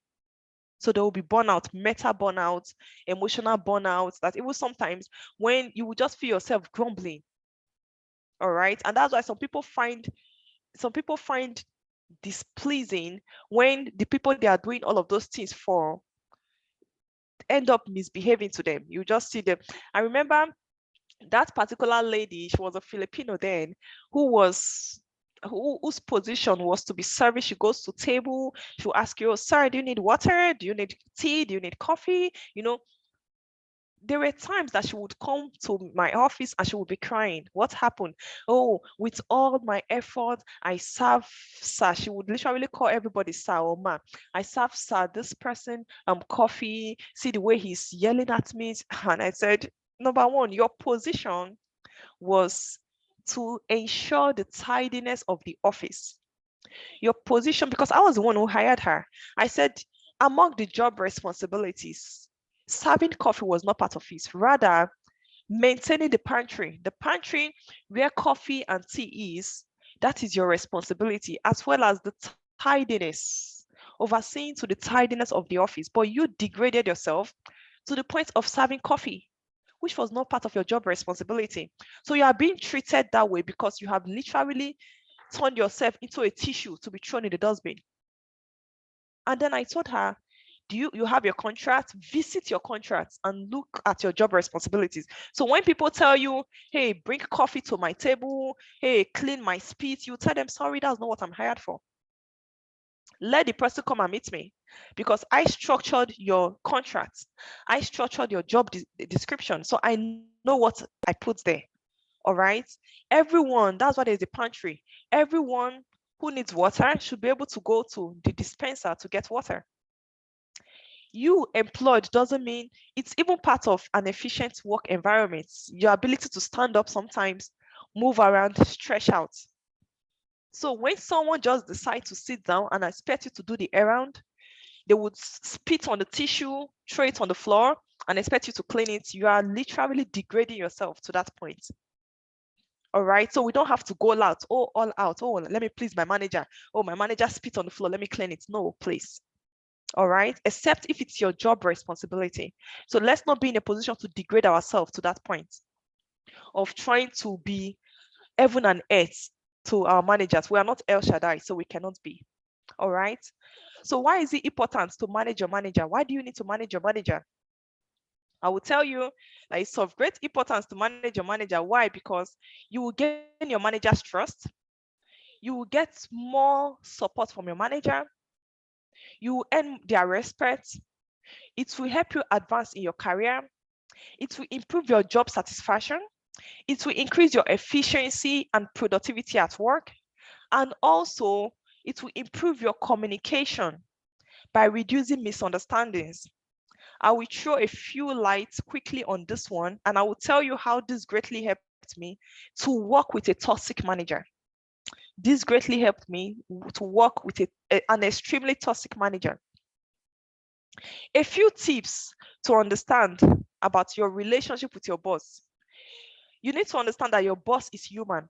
He has blood flowing in his veins. And you need to be able to understand that every human have their fears, their concerns, and their frustration. So as long, even as though you are an employee, your boss or your manager has his fears, has his concern, and he has his frustrations. So secondly, you need to try to take your manager's point of view whenever possible. Sometimes not all things being said by managers are right. Not all things you should even adhere to, like when your manager doesn't stand right, when he doesn't stand for integrity, when he's someone, if for instance, like the ladies, if your manager is someone who womanizes or has no dignity for women, there are so many things that when he tells you, you say no. Why? Because of your self-dignity. You don't have to throw yourself to such a person. You should know when to draw the line. And when you're drawing the line, I would tell people, damn everything. When you're drawing the line, damn everything. This has greatly helped me. I have worked with so many sets of people, and I have known when I step into an organization, my identity, which is integrity, I will spell it out to you in case if you can't see it visually. At least if you can't see, you are not equally blind. If you can't see, sorry, you're not equally deaf. All right. So I would either spell it to you. Integrity is my watchword. There are some things I have the borderline between things I accept and things I don't accept. So when it comes to any immoral acts, ungodly behavior whatsoever, I just know that faith is a no-go area. I spell it out, and I also display it as well in my character and in my entirety. So we need to understand that our managers have blood flowing in them. All right, they are human just like us. So we need to know them to the point of knowing when they react. Only then you'll be able to manage them. When my manager constantly had that kind of attitude, I had to understand how to manage him. And how did I do it? I sat back and I started putting the pieces together. What makes this man react? What makes him angry? What makes him displeased? Not only with me, but with every other person. And I began to understand him. So what is your impression to your manager? What is your impression? Are you someone who carries his or herself with great dignity? It is how you place yourself that you will be placed. Do you just go and rub yourself? Oh, this is my manager. Oh, you dobale. You put yourself on the floor for the person to step on. Do you do all of those things? It will not make you valued, no matter the position you find yourself. But if you're someone, just like what I coached that Filipino lady who was the office girl in the organization, carry yourself. You are an office girl. That doesn't make you a trash. All right, you were not hired as a trash. You are hired as an office girl to ensure the right things are in the right place in the organization. So carry yourself with that dignity that, oh, I am in this position, manager notwithstanding. You in that your position, you are your self-manager. You don't need to have the title of a manager. That is just a title.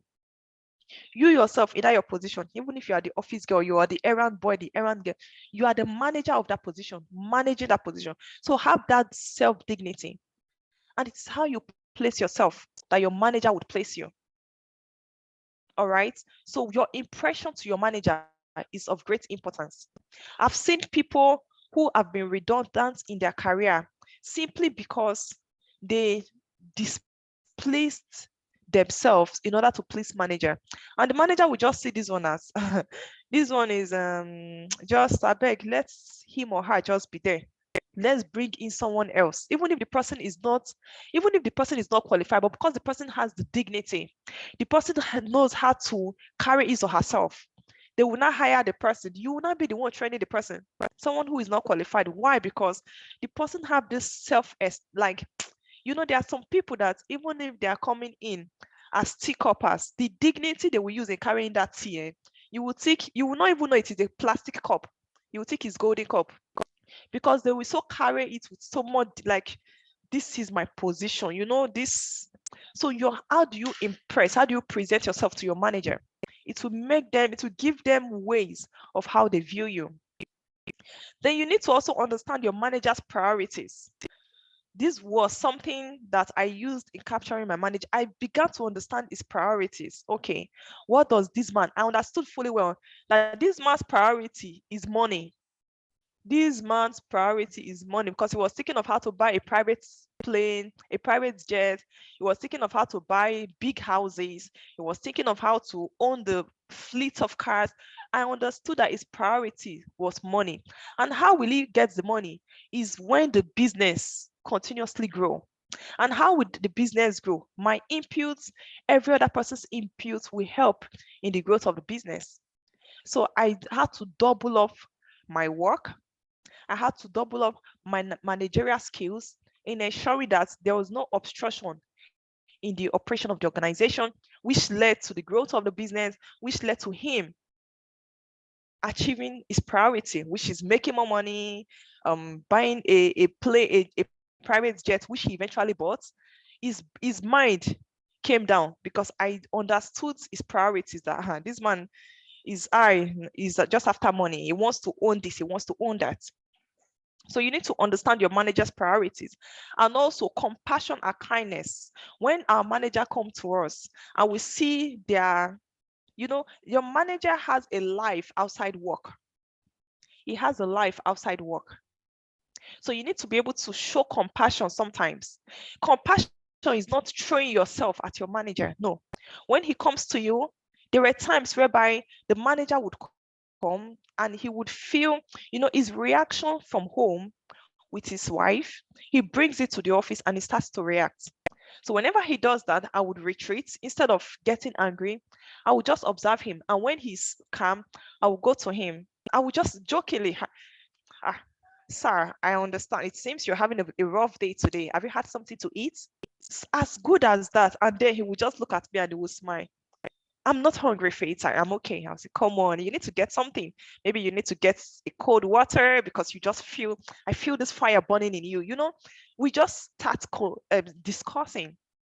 So I now began to understand him, and I began to, in the midst of that, I was showing him compassion as well. I was showing him that kindness and the positive attitude that I know that he greatly needed at that point in time.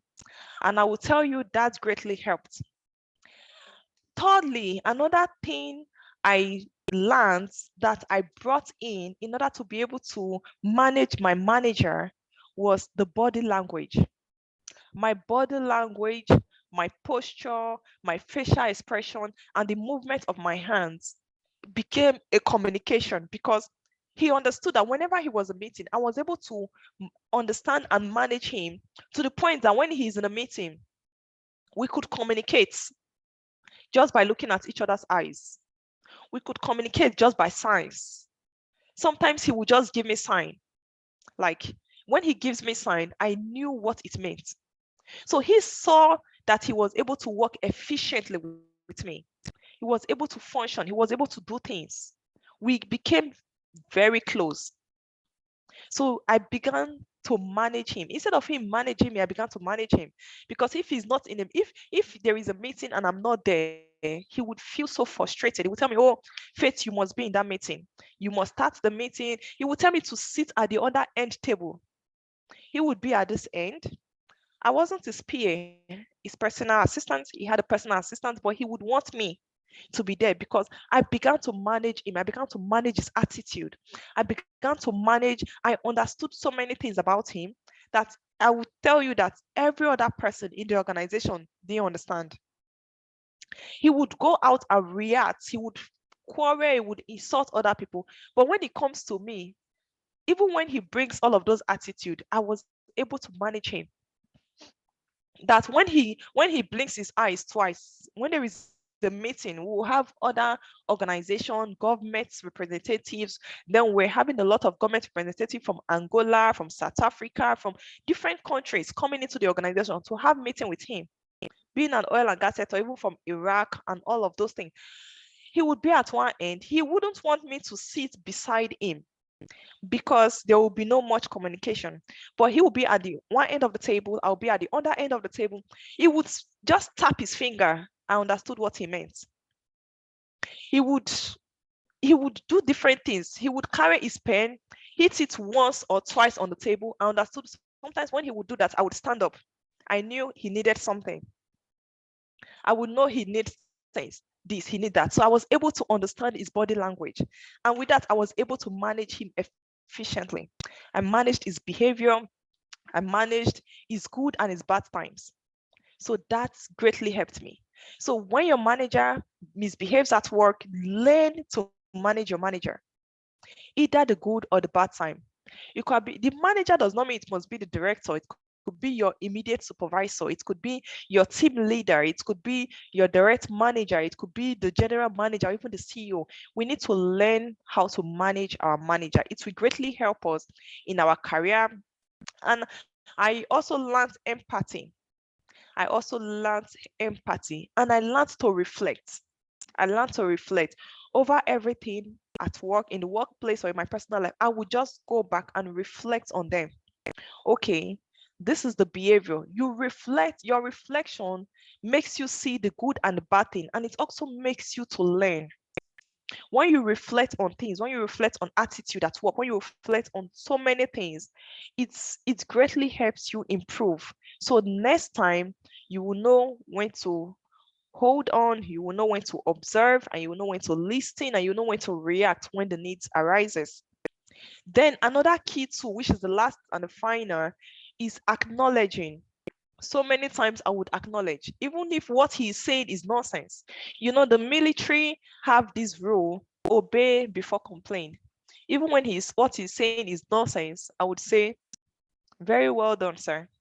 Very well done, Mr. This. Very well done, even when it is nonsense. And when he has calmed down, I would go to him and I would just like jokingly, so Mr. Ahmed, do you really mean I will rephrase it? And then he will tell me, oh, really? I said that? Why? Because he has calmed down. And he cannot even realize that he said that. But if when he said it, I just say, oh no, why should I do it? That's not what I should do. It becomes an issue. So I've learned how to manage him. He will be like, oh, you see, Faith, this is why I always need you in my corner. This is why I don't want you to go on vacation, because you know me so well, you know how to manage me. He was the one who would tell others, if there is anything in anyone in this company, we were over 150 people in the organization. He will say only Faith knows how to manage me. Faith knows how to manage my madness. Faith knows how to manage me when I'm okay. Faith knows how to manage this. That even when he had conflicts in his marriage, he was the one that came to me. He's the director of the company. He's a very big guy. He has a plane and a private aircraft which he brought brand new. He has fleet of cars. He had houses in Dubai, in so many places, Singapore. But he would tell people in this organization, only Faith knows how to manage him. Why? Because I was able to really read him, to really know, okay, this is him, this is the content, and this is the content. So it will greatly help us in every area of our life. And let's know when to be silent at things. When people say things at us, let's know when to be silent. It's not every word that is being said at you that you have to reply back. I'm very good at being silent. There are some things that I love to process things. So when some things are being said, I will just stay and be looking. I would just stay and stare. Why? Because I just want to be silent at that point in time. I know, okay, when I say this, it's going to be an issue. So rather, I will just remain silent. So I hope this is all we've learned today. I will draw the curtain to today's session. These 4 modules that we have learned, I hope it's of great importance. These are things that we can build on in our personal life, and it will help us in every area of our life, both personally, in terms of relationship, in terms of building good friendship at work, and it will also help in our career growth as well. So if we have any questions, please bring it on. We have like 5 minutes, please, to work on it, to answer the questions, if any.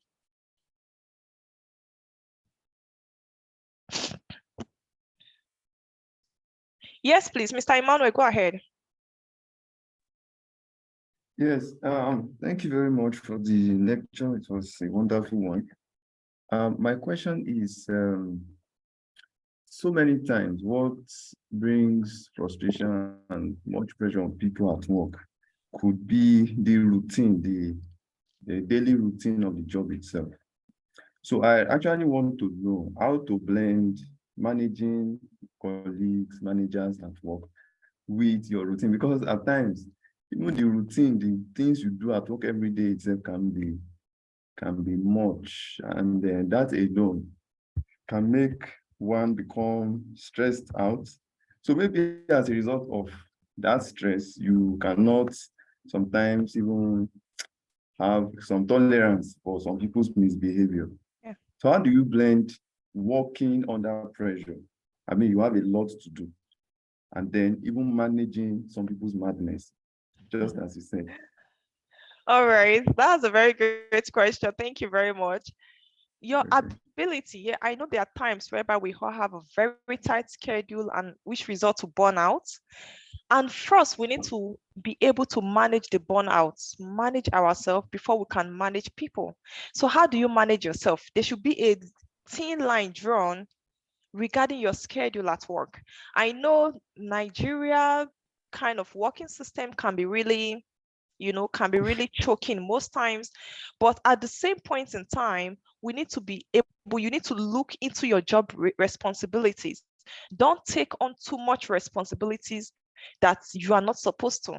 Just like what I said, some people end up taking, if it's possible, if there is a contract or if there is an HR in the organization, sit with the HR, try to restructure your job responsibility. If your job responsibility naturally causes you burnout in the organization, there is a great possibility of conflict, because when you burn out and then anyone steps on your shoes, there is a great possibility of flaring up, because burnout is something that not only affects you physically, also mentally. So anything that comes at you, there is this quick reaction which will result to spark. So don't take on much more responsibilities that is not assigned to you.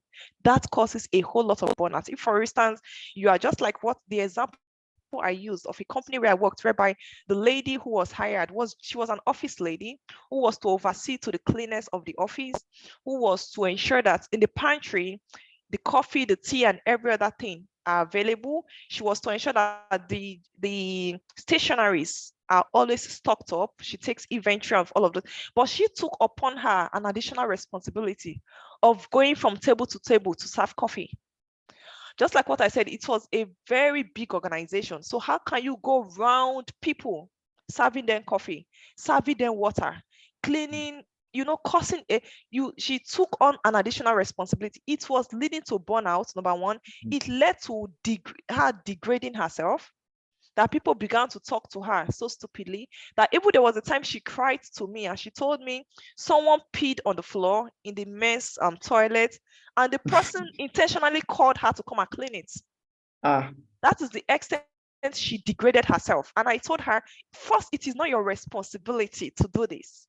Don't degrade yourself to such an extent whereby people will just see you as I remember that day there was a tissue box on my table, and I told her people will just take you as tissue, clean you with their hands, and throw you in the dustbin. I said that was not what you were hired for. So you should be able to know your responsibility. Don't take on too much weight. And if peradventure your job responsibility is so choky, you should sit down and try to restructure your daily job task. Okay, what is you need to restructure it in a way that you don't get choked out. So that is self-management. You need to first manage yourself. When you self-manage yourself, you need to self-build yourself in order, just like the Igbo slangs that people would say, ODHE, in order to have this resistance to conflict when they come. Because only a stable mind can resist conflicts. A mind that is not stable, a mind that is blown out, a mind that is literally so tired will not be able to resist. It's like, in fact, conflict will just be like your solution ground. Like, hey, let me just pour out my anger of what this company is doing to me. It will just be an avenue for you to just showcase the bad thing that is not naturally you. Because conflict, most times, it comes up, just like what I had said, it comes up when people, the wrong part of people are coming. That's what is not their natural self. That's why I said people need to understand the content from the container. All right. The container are the people, we ourselves, but the content is what comes out of us. How our attitude at a particular point in time, that is the content. So when you understand yourself, you understand people to that point, when a naturally very good person starts bringing out bad attitude, you will know it's not that person because you know the person. So you just know it's the attitude. And there's a driving force behind the attitude. Is it that the person is getting frustrated of the job, the person is burnt out, the person is emotionally depressed or mentally stressed, just so many things. So our ability to understand both will greatly help us to avoid conflicts. So I hope that answers your question.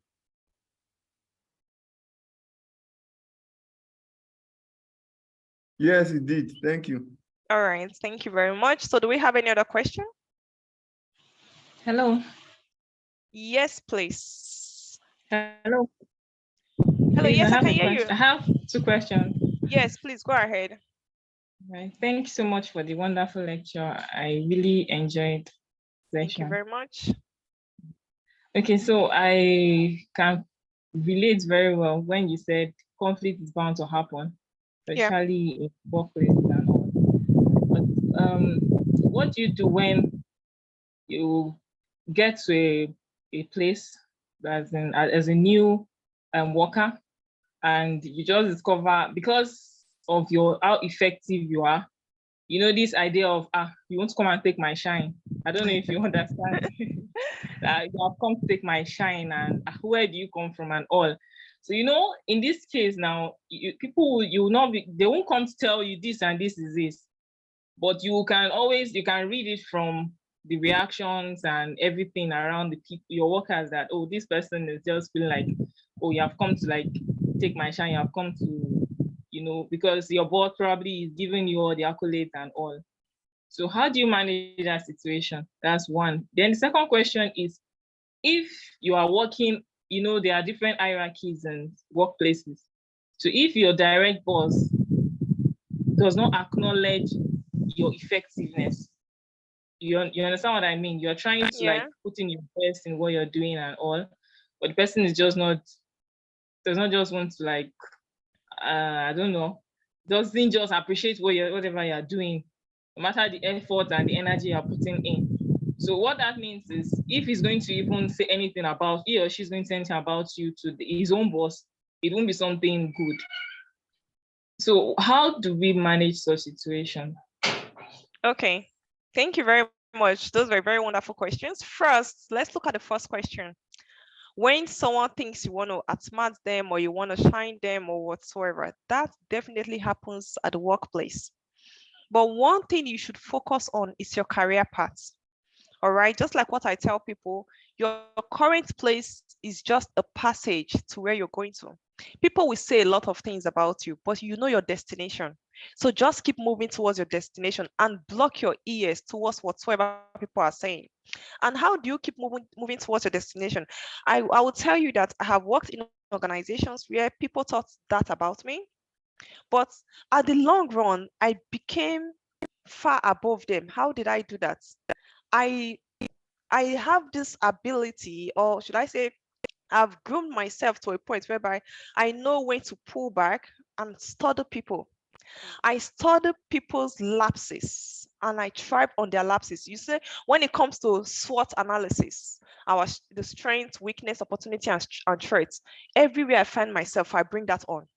I look at people. I look at the strength of people I work with. I look at their weaknesses and I thrive on their weaknesses towards my career destination. So I don't match people, rather I make myself distinct by thriving on myself. I worked in an organization whereby it was like a competition. I don't compete, I just run my race. But not everyone understands that about you. So what did I do? I looked at the qualification of those around me. Okay, they have bachelors, some even had masters, but there was something that they didn't have, which is some certifications. And what did I do? I went on studying for certifications. That alone distinguished me. That even after the certificate, I was not, it was a silence studies. No one knew I was studying. for certification. They all had, oh, bachelor's. Some would even say, oh, I have master's, oh, I have 2 degrees, or I have 3 degrees. I have, as long as we're working in the organization, we are equal, no matter what you have. I went on building on my career professionally. That's why I joined so many professional bodies, so many. It will cost you money, but it will also elevate you. I went on building on myself, and at the end of, I got those certificates and I presented it to the management.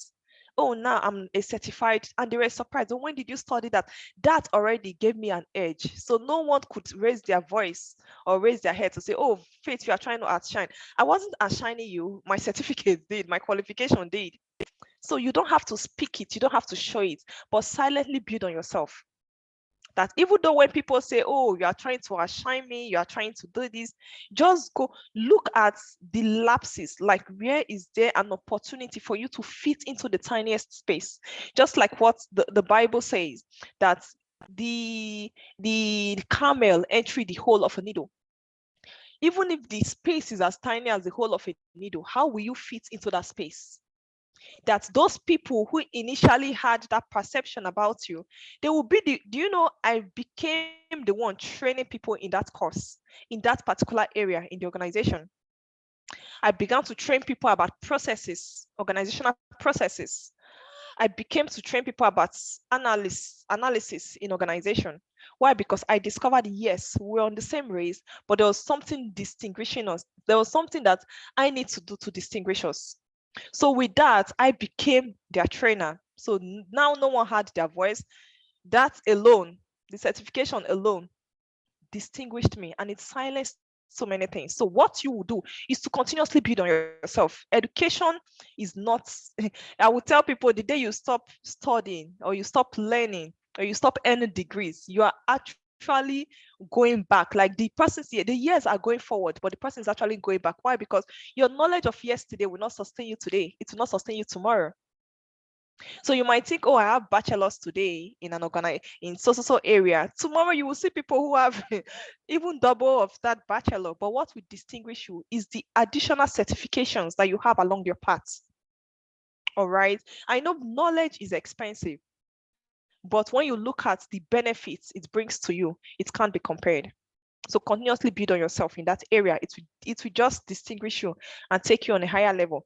Then secondly, the second one that you talked about regarding, can you try to remind me, please, on the second question, Victoria? Yes.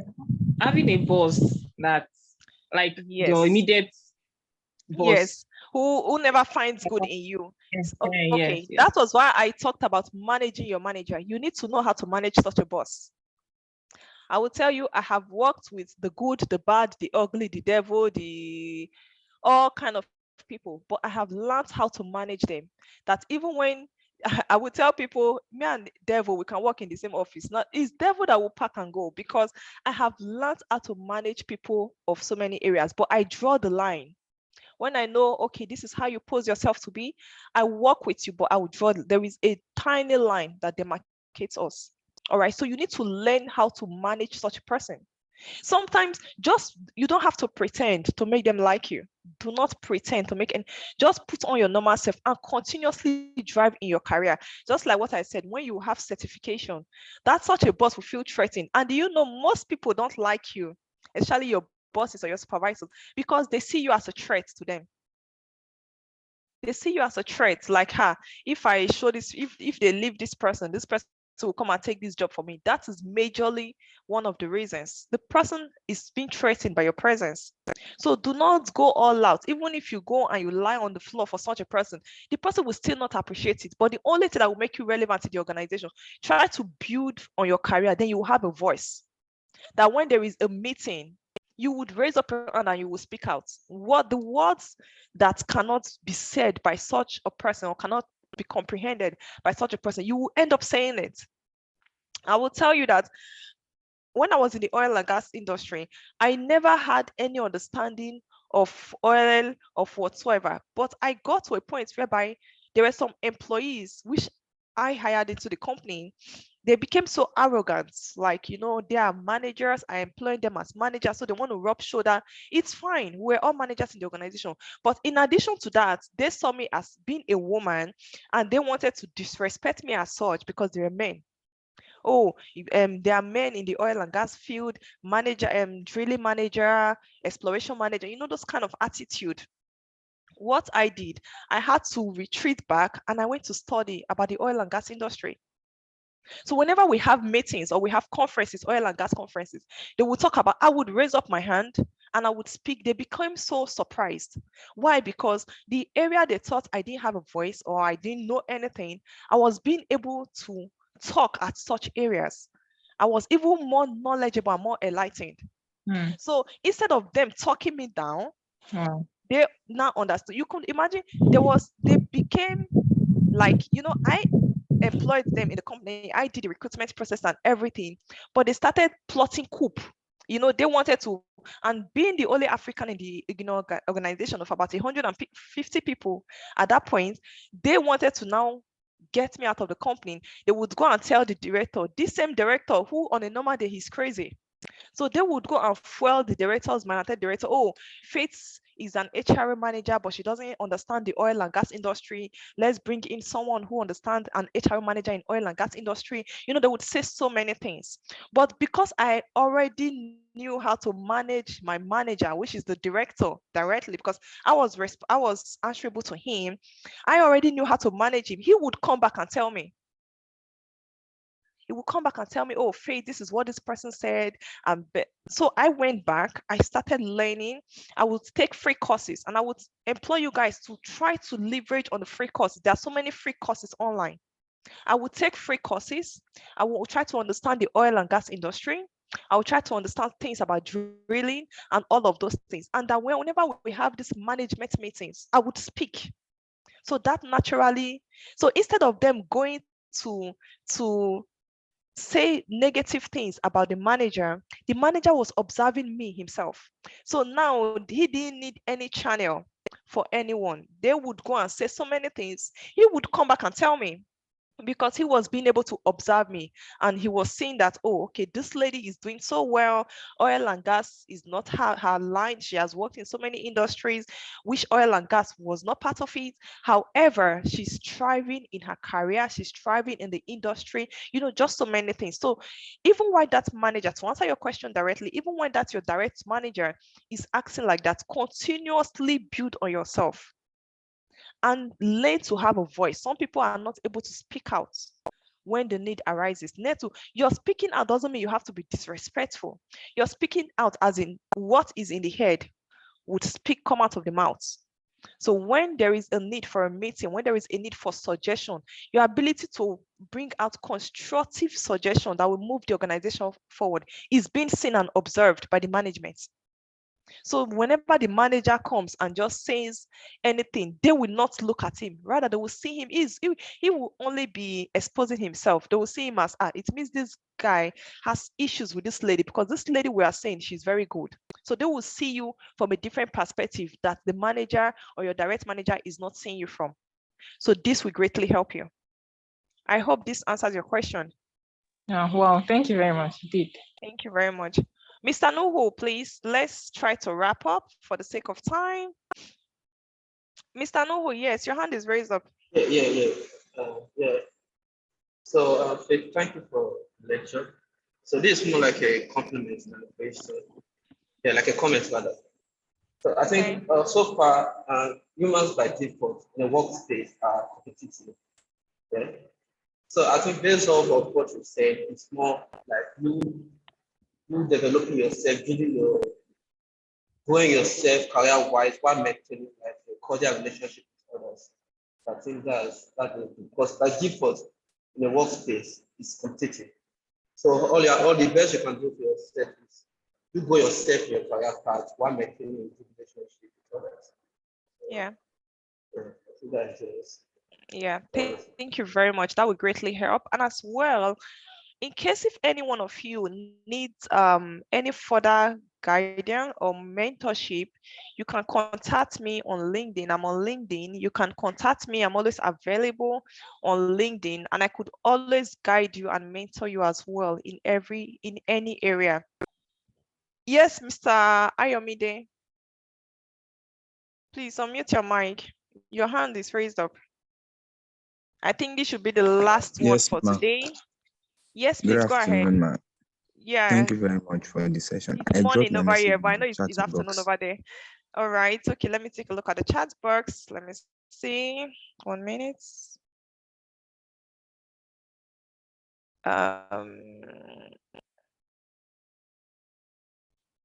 I can have them read for you. Okay, yes, please go ahead. That would be so helpful. Okay. You've actually answered some of the questions in the process of answering others, but I'll just read them. It said, in managing one's boss, when is going the extra mile too much? Then 2, at what point do you reject some responsibilities? And 3, what impact does reading self-development books have in one's career? Is it necessary? And then the 4th one is, if they are necessary, can you please recommend some books for a great career head start? Okay. So the first one, let me touch points quickly with the questions. You said, in managing one's boss, when is going an extra mile too much? All right, just like what I said, you should know your boss, you should know your responsibilities. And when it comes to managing your boss, going an extra mile, well, it is when you throw yourself too much at him, or when you are trying to fake you're managing him. When you're managing your boss, you don't have to you're not managing like you are punching the boss, okay? You are trying to force things to happen. You just try to observe things, try to understand him, or try to understand that boss. And then you're managing the boss will just flow very easily. I made examples of how I managed my boss. The boss was extremely toxic. He would literally bully. He would whenever it's got to a place, like I remember there was an Algerian lady that was employed. She couldn't stay in the company for like 2 or 3 months. She would literally cry every day. And she would ask me, Faith, how do you cope with this man? And then I told her, I said, because I learned how to manage him. He's my manager, but I am his manager. So we know how to manage ourselves.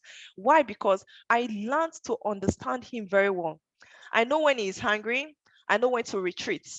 Even if he comes to me crazy and I just stay like this and I look at him, he would rant and say all sorts of things. I wouldn't even say anything. And most times I get distracted. I just zero off my mind. Sometimes I'll start thinking of my home. When I get home, what do I have to cook, what I have to eat, what I have to do. I just make sure I distract myself at that point in time. Why? So that his words doesn't get to me. And secondly, when he has finished ranting, he now began to understand, because sometimes when he will be like, Faith, do you hear what I said? I will just stay like this. I'll be looking at him.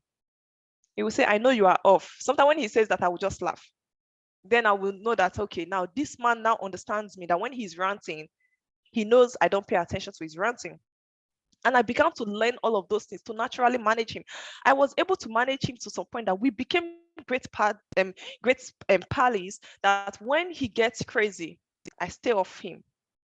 That even sometimes when he would call me, he would be angry. He would call me. He wants us to discuss maybe about recruiting in the oil field, because then the oil field operation was in Iraq. So he wants us to recruit some experts into Iraq. Once I get into his office and I see he starts shouting, I'll say, okay, this is not the right time. When you come, I'll come back. I will retreat. So I learned how to manage him without stressing it. That we became so understanding that when he drops a pen, I would know what he means. I would know, okay, this man is burning out, he's angry. Sometimes I'll just tell him, Mr. Ahmed, you have to take a chill pill. Do you need cold water? Do you need, So when you're managing your boss, don't force it. Let it come naturally. Naturally study the person, and you'll be able to efficiently manage it without even going an extra mile. It's when you force something, that's when it becomes an extra mile. Like you want to just force it to do it. No, let it just come naturally. Also, at what point do you reject some responsibilities? First, every organization that is hiring any employee should have a job responsibility for the employee. Some organizations, they would hire for a receptionist, like a front desk, for instance. They will give you the role of procurement. Initially, they are hiring you for responsibility for as a front desk, but there are some hidden responsibilities behind it. So you need to be able to stand out and say, okay, I'm sorry. You know, when you are being asked to do it the first time, it's okay. When you are being asked to do it another time, it's okay. But when you are not giving 2 or 3 people's job responsibilities because the company has simply refused to hire the people for that position, then you need to know when to speak out. Your speaking out should not be as a form of reaction, because if you don't speak out, it will show. It will show in your mental state. It will show in your inefficiency to perform, because the company who has given you this responsibility, they will want you to go all beyond to provide the solution to all of these responsibilities they've given you. And you should know that any responsibility not properly defined will only increase. So if you are being given the responsibility of a front desk, and then they come and they add logistics responsibility, and you swallow it, very soon they will add legal responsibilities for you. Before you know, you'll be the one start handling the legal responsibilities of the company. You'll be the one start handling some other positions. Number one, you're not being able to work efficiently, even in the job you are being hired for. And then the additional responsibilities will also lack as well. So you need to know when to, you're not just rejecting, but you need to have a roundtable discussion with the recruitment manager. Let them know, okay, you want to have an understanding of your job function in the company. It is a simple question. It is not something that is like a disrespect in any area, but it's your ability to really know what you are being hired for. Because you want to understand, I've had people come to me like that, and I greatly appreciate it. I will just tell them, oh, okay, yes, I understand very well. This is a new responsibility that is being given to you. We are looking at recruiting eventually for that position. All right. So it is our ability to speak out and tell them, okay, please, can I have an understanding of my job function in this organization? Like, you want to speak with the manager to know, okay, what is your function? Are they promoting you to handle these responsibilities, or they are giving you as an add-on? Because if you don't speak out, more responsibilities will come, and it will eventually cause burnout in your job. So, and the third question says, what impact does reading self-development books have in one's career? Sincerely speaking, is of great benefit. It is highly important. Continuously read. I will tell you that I have books in every part of my home. By my bedside, I have books. I have so many books. Continuously read. It could be for your self-development. It could be for your career. It could be something. One thing I do, I have something called ABAM, which is a book a month. I abbreviated it to ABAM. I make sure that in a year, I read a minimum, not pertaining to my career, not my career books aside, but I make sure that I read a minimum of 12 books in a year. ABAM, a book a month. So I read one book in 1 month. So it could be by the bedside before I sleep. I'll just carry the book. Even if it's one page, I'm able to flip on. It's for my self-development. So the importance cannot be overemphasized. It's of great importance, and I will greatly encourage it. If it's greatly in reading one of those books, I will tell you, was how I learned how to manage my manager. In one of those books was how I learned how to know when to draw back when issues arise, when to speak, when to react, and when not to react, when to just keep silent. I learned how to develop my mind, to zero my mind when there are issues. That I know how to zero my mind. Like, if there are issues, my mind is totally gone. I will just be thinking of the good times. Sometimes I will be thinking of what I will eat tomorrow, or what I will cook over the weekend. I will be thinking of, I need to cook jollof rice. I will tell you, I do it a lot. I will not lie. I do it a whole lot. So when you are just there ranting, thinking, oh, you are trying to hurt me at the place of work, my mind is already in how to start cooking jollof rice, where I will buy tomatoes, how I will buy this. So you are only just wasting your time. So I learned all of those books. And I will tell you, I have a career mentor who also taught me that as well. Because I remember when I joined she's in the oil and gas industry. And when I joined the oil and gas industry, I would always go to her and tell her, oh, my manager is so crazy. She would tell me, Faith, press ignore button, know when to zero out. When she would say they will always step on your shoes. But will you crash your career because of them? No, you know where you are going to. So she'll say, I better start thinking of church, start thinking of dance, start playing music in your mind. That's what she would tell me. She'll say, play music in your mind, play music in your mind when they are talking. So I would tell you that it's greatly helped me in so many areas. And also you said if they are necessary, I should recommend such book. Okay. I would send me a message on on LinkedIn, and I would send you some of the resource materials that has greatly helped me. And also there are also free online materials that I will encourage you guys to subscribe to. Some are for a very less fee, while some are free materials. I use the free if I want to get certifications, I pay for them. But if I just want to gain the knowledge, I go for free materials. All right. So I encourage every one of us to go for such resources. You can send me messages on LinkedIn, and I will send you some of the resource materials. So I think we should call it a day. Yeah, I hope that answers your question, Mr. Ayomide. Yes, ma. Thank you very much, ma. All right. I want to sincerely thank every one of you for the time today. My LinkedIn, in case any one of you needs it, is just Faith E. Omo, just the way my name appears. You can send me a message and I will send you the materials if you need it. So I'll hand over to Dr. Sam for the wrap up. Thank you very much, everyone. Let's give a round of applause to Mrs. Faith for this wonderful presentation.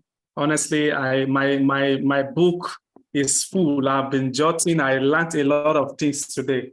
So at this point in time, we really cannot take too much questions, even though there are some questions, but we cannot take, but what we can do, perhaps we can do a video recording of these questions and then we'll send it in our group. And also we have also pasted a link to our Optispectrum Academy group on this platform. So please quickly join now, just quickly join and return. There you'll be able to have access to some free books, although some of the books are not free. We can give you discount. For those that are not free, we can give you discount where you can purchase them from our e-commerce site.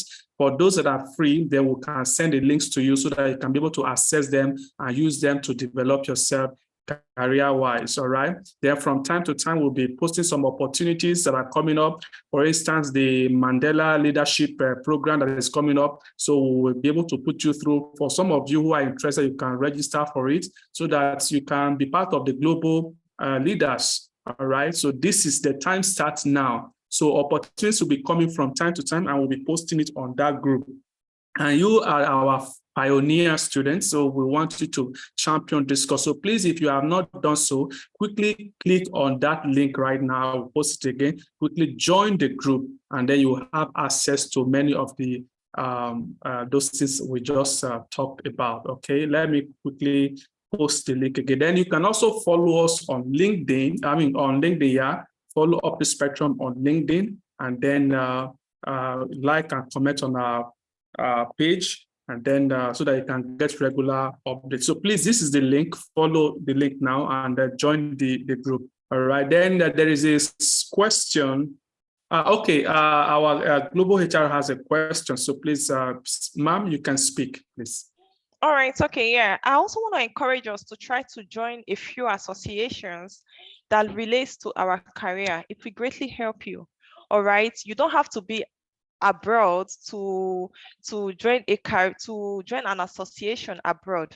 All right, I greatly encourage every one of you. I learned the importance of association when I was growing up, because then my dad would always, in the 80s, far back as 80, my dad was an engineer. He wasn't even a civil engineer, but my dad was a member of American Civil Engineers, even far back as 80s, to the point that didn't only just having it as a title, he'd never even had it as a title, but rather it opened a lot of career paths for him. It's open, so you don't have to be a civil engineer to be a member of a civil engineering association. All right, anyone can be. Now the global world has transcended from people just streamlining to just one area. I would tell you that I studied business administration, just like I said earlier, but my career has grown to so many areas. Why? Because I had to diversify into so many areas. So I just didn't wait for just one area. Rather, I just saw myself, okay, where is the world going into? The world is transcending into the line of IT.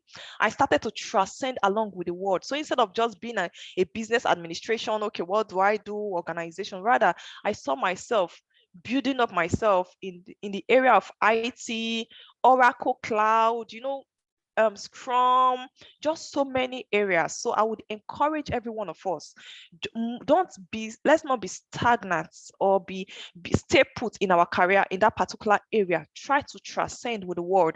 The pandemic, I would say, is of great importance. I would say it opened a lot of doors. It made us realize the path that the world is going into, which is majorly IT.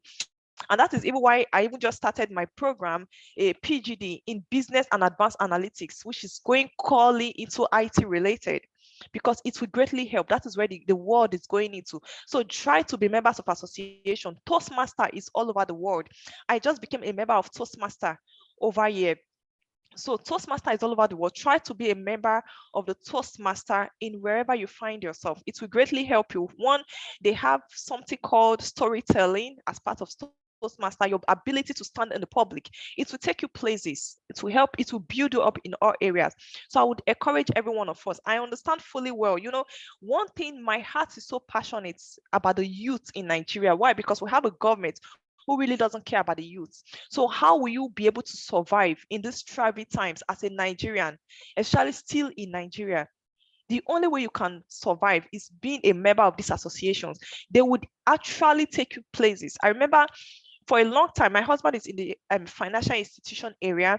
For a long time, even before we got married, my husband has always desired to be an auditor. He would always be like, oh, faith that he's going to be an auditor. My husband became a member, even before he became an auditor, he became a member of auditing association for a very long time. And you will see they would invite him. Even before we left Nigeria, they would even send him invitation to their meeting in the US. They want to have a meeting in this country. They will send him. So that is the benefit of being a member of an association. I remember then in the 80s, even before I was born, my dad started traveling out because he was a member of the American Civil Association of Civil Engineers. They will send them to South Africa. They will want to have a conference. That opens you up to so many areas. So it's my sincere and utmost desire to see Nigerians thrive, especially because the country itself doesn't care about the youth. So it's not I feel this pain and heaviness in my heart when I see the youths facing what they are facing. So please, I would like to encourage every one of us, let's put on our self-dependency garments of not to wait for the government to do anything. Rather, you need to break that stereotype of the nation and do things for yourself, do things for your nation. Be a member of association, be a member of Charter Institute of Business Administrators, be a member of, just anything that will take you to the next level. I greatly encourage every one of us. And also it helps in our career growth as well. All right, it helps in our career growth. So when you go to a place, you tell them, oh, I'm a member of this, you will easily blend in that organization. Like my husband just got another job in a financial institution as one of the managers. And then he is not even in the audits yet in that organization, but they are already connecting him with the audits in the new organization. Why? He even got a call yesterday whereby they were telling him, okay, we'll connect you to the auditors in the organization. Why? Because he is a member of the audits association. Now they want to connect him with the auditors in the company he just joined. So that is the benefits of being a member of an association. It actually just places you. It actually places you. So please, I greatly appreciate all of you. Thank you very much for paying attention. Yeah. Thank you very much, Ma. Thank you so much for that words of encouragement. Just like she said, please avail yourself of these opportunities. And that's why we are creating these platforms like Optispectrum Academy, where we'll be liaising with so many organizations And we'll be putting a lot of things, information out there. And there are many other groups out there on LinkedIn, professional bodies, where you can join. So please avail yourself of these opportunities. Without much ado, I will just quickly, within the next 5 minutes, present the quiz for Mrs. Faith's session today. It's just 3 questions. So please quickly answer them and then we'll wrap up for today. All right. Thank you for staying tuned. Thank you for staying through with us. So please, over to you right now. Can you see the questions? If you have not, if you cannot see the questions, please let me know. Can you see the questions, please? I can see them. I can see them. All right. So please, just 5 minutes, just only 3 questions. So we are only doing this within 5 minutes. And after that, we will end the poll and we'll present your answers to you.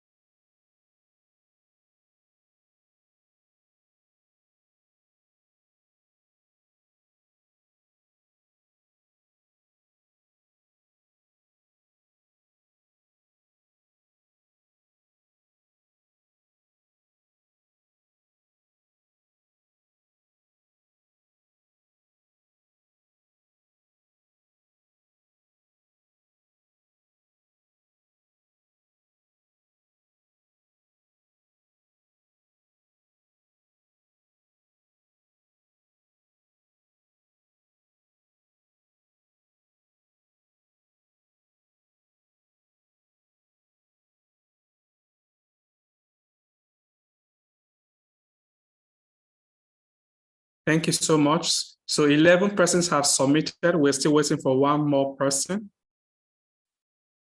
Do you still need time? If you still need time, we can still give you a couple of seconds to submit. And after that, I will present your answers to you. All right. So, okay, there is a question here. It says, good afternoon, sir. Is it possible to get the recording for last week's meeting because I missed the meeting due to circumstances beyond my control?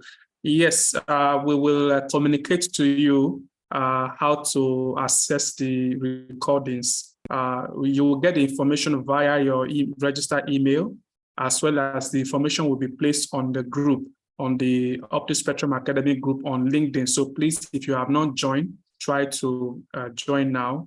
All right, I pasted the link a few minutes ago. So I will paste it again now.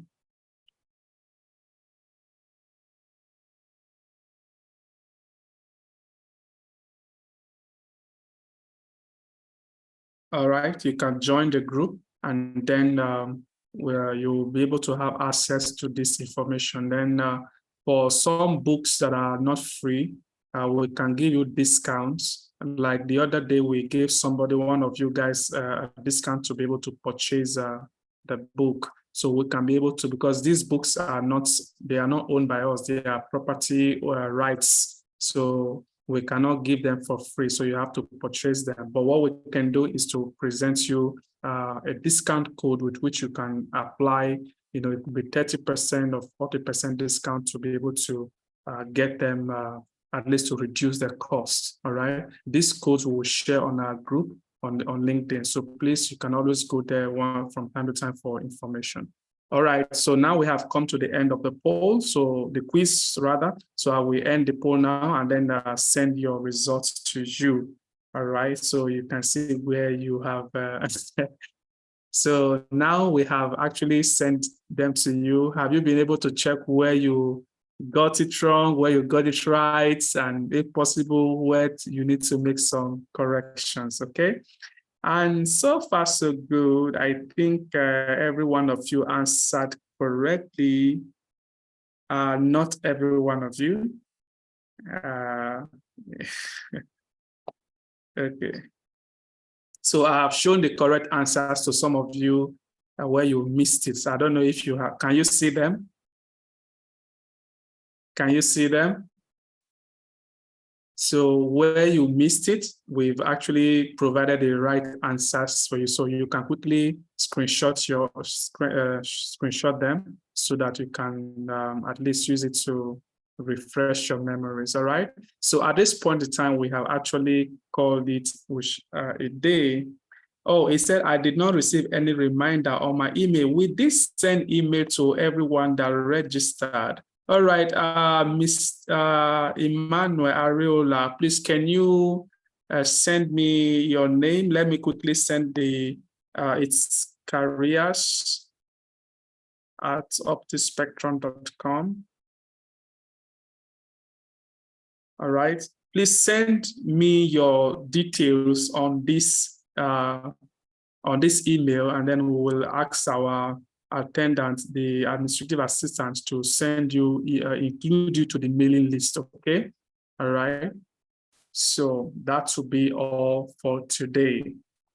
Thank you very much for your time. And please don't forget, next week, we will have our third session. All right, so please come prepared as usual. And I think it will be financial management. So everybody wants to know how to manage financially. I have sent the email. Okay, sorry. Let me send it to everyone. Sorry, Mr. Ayomide. Let me send it again.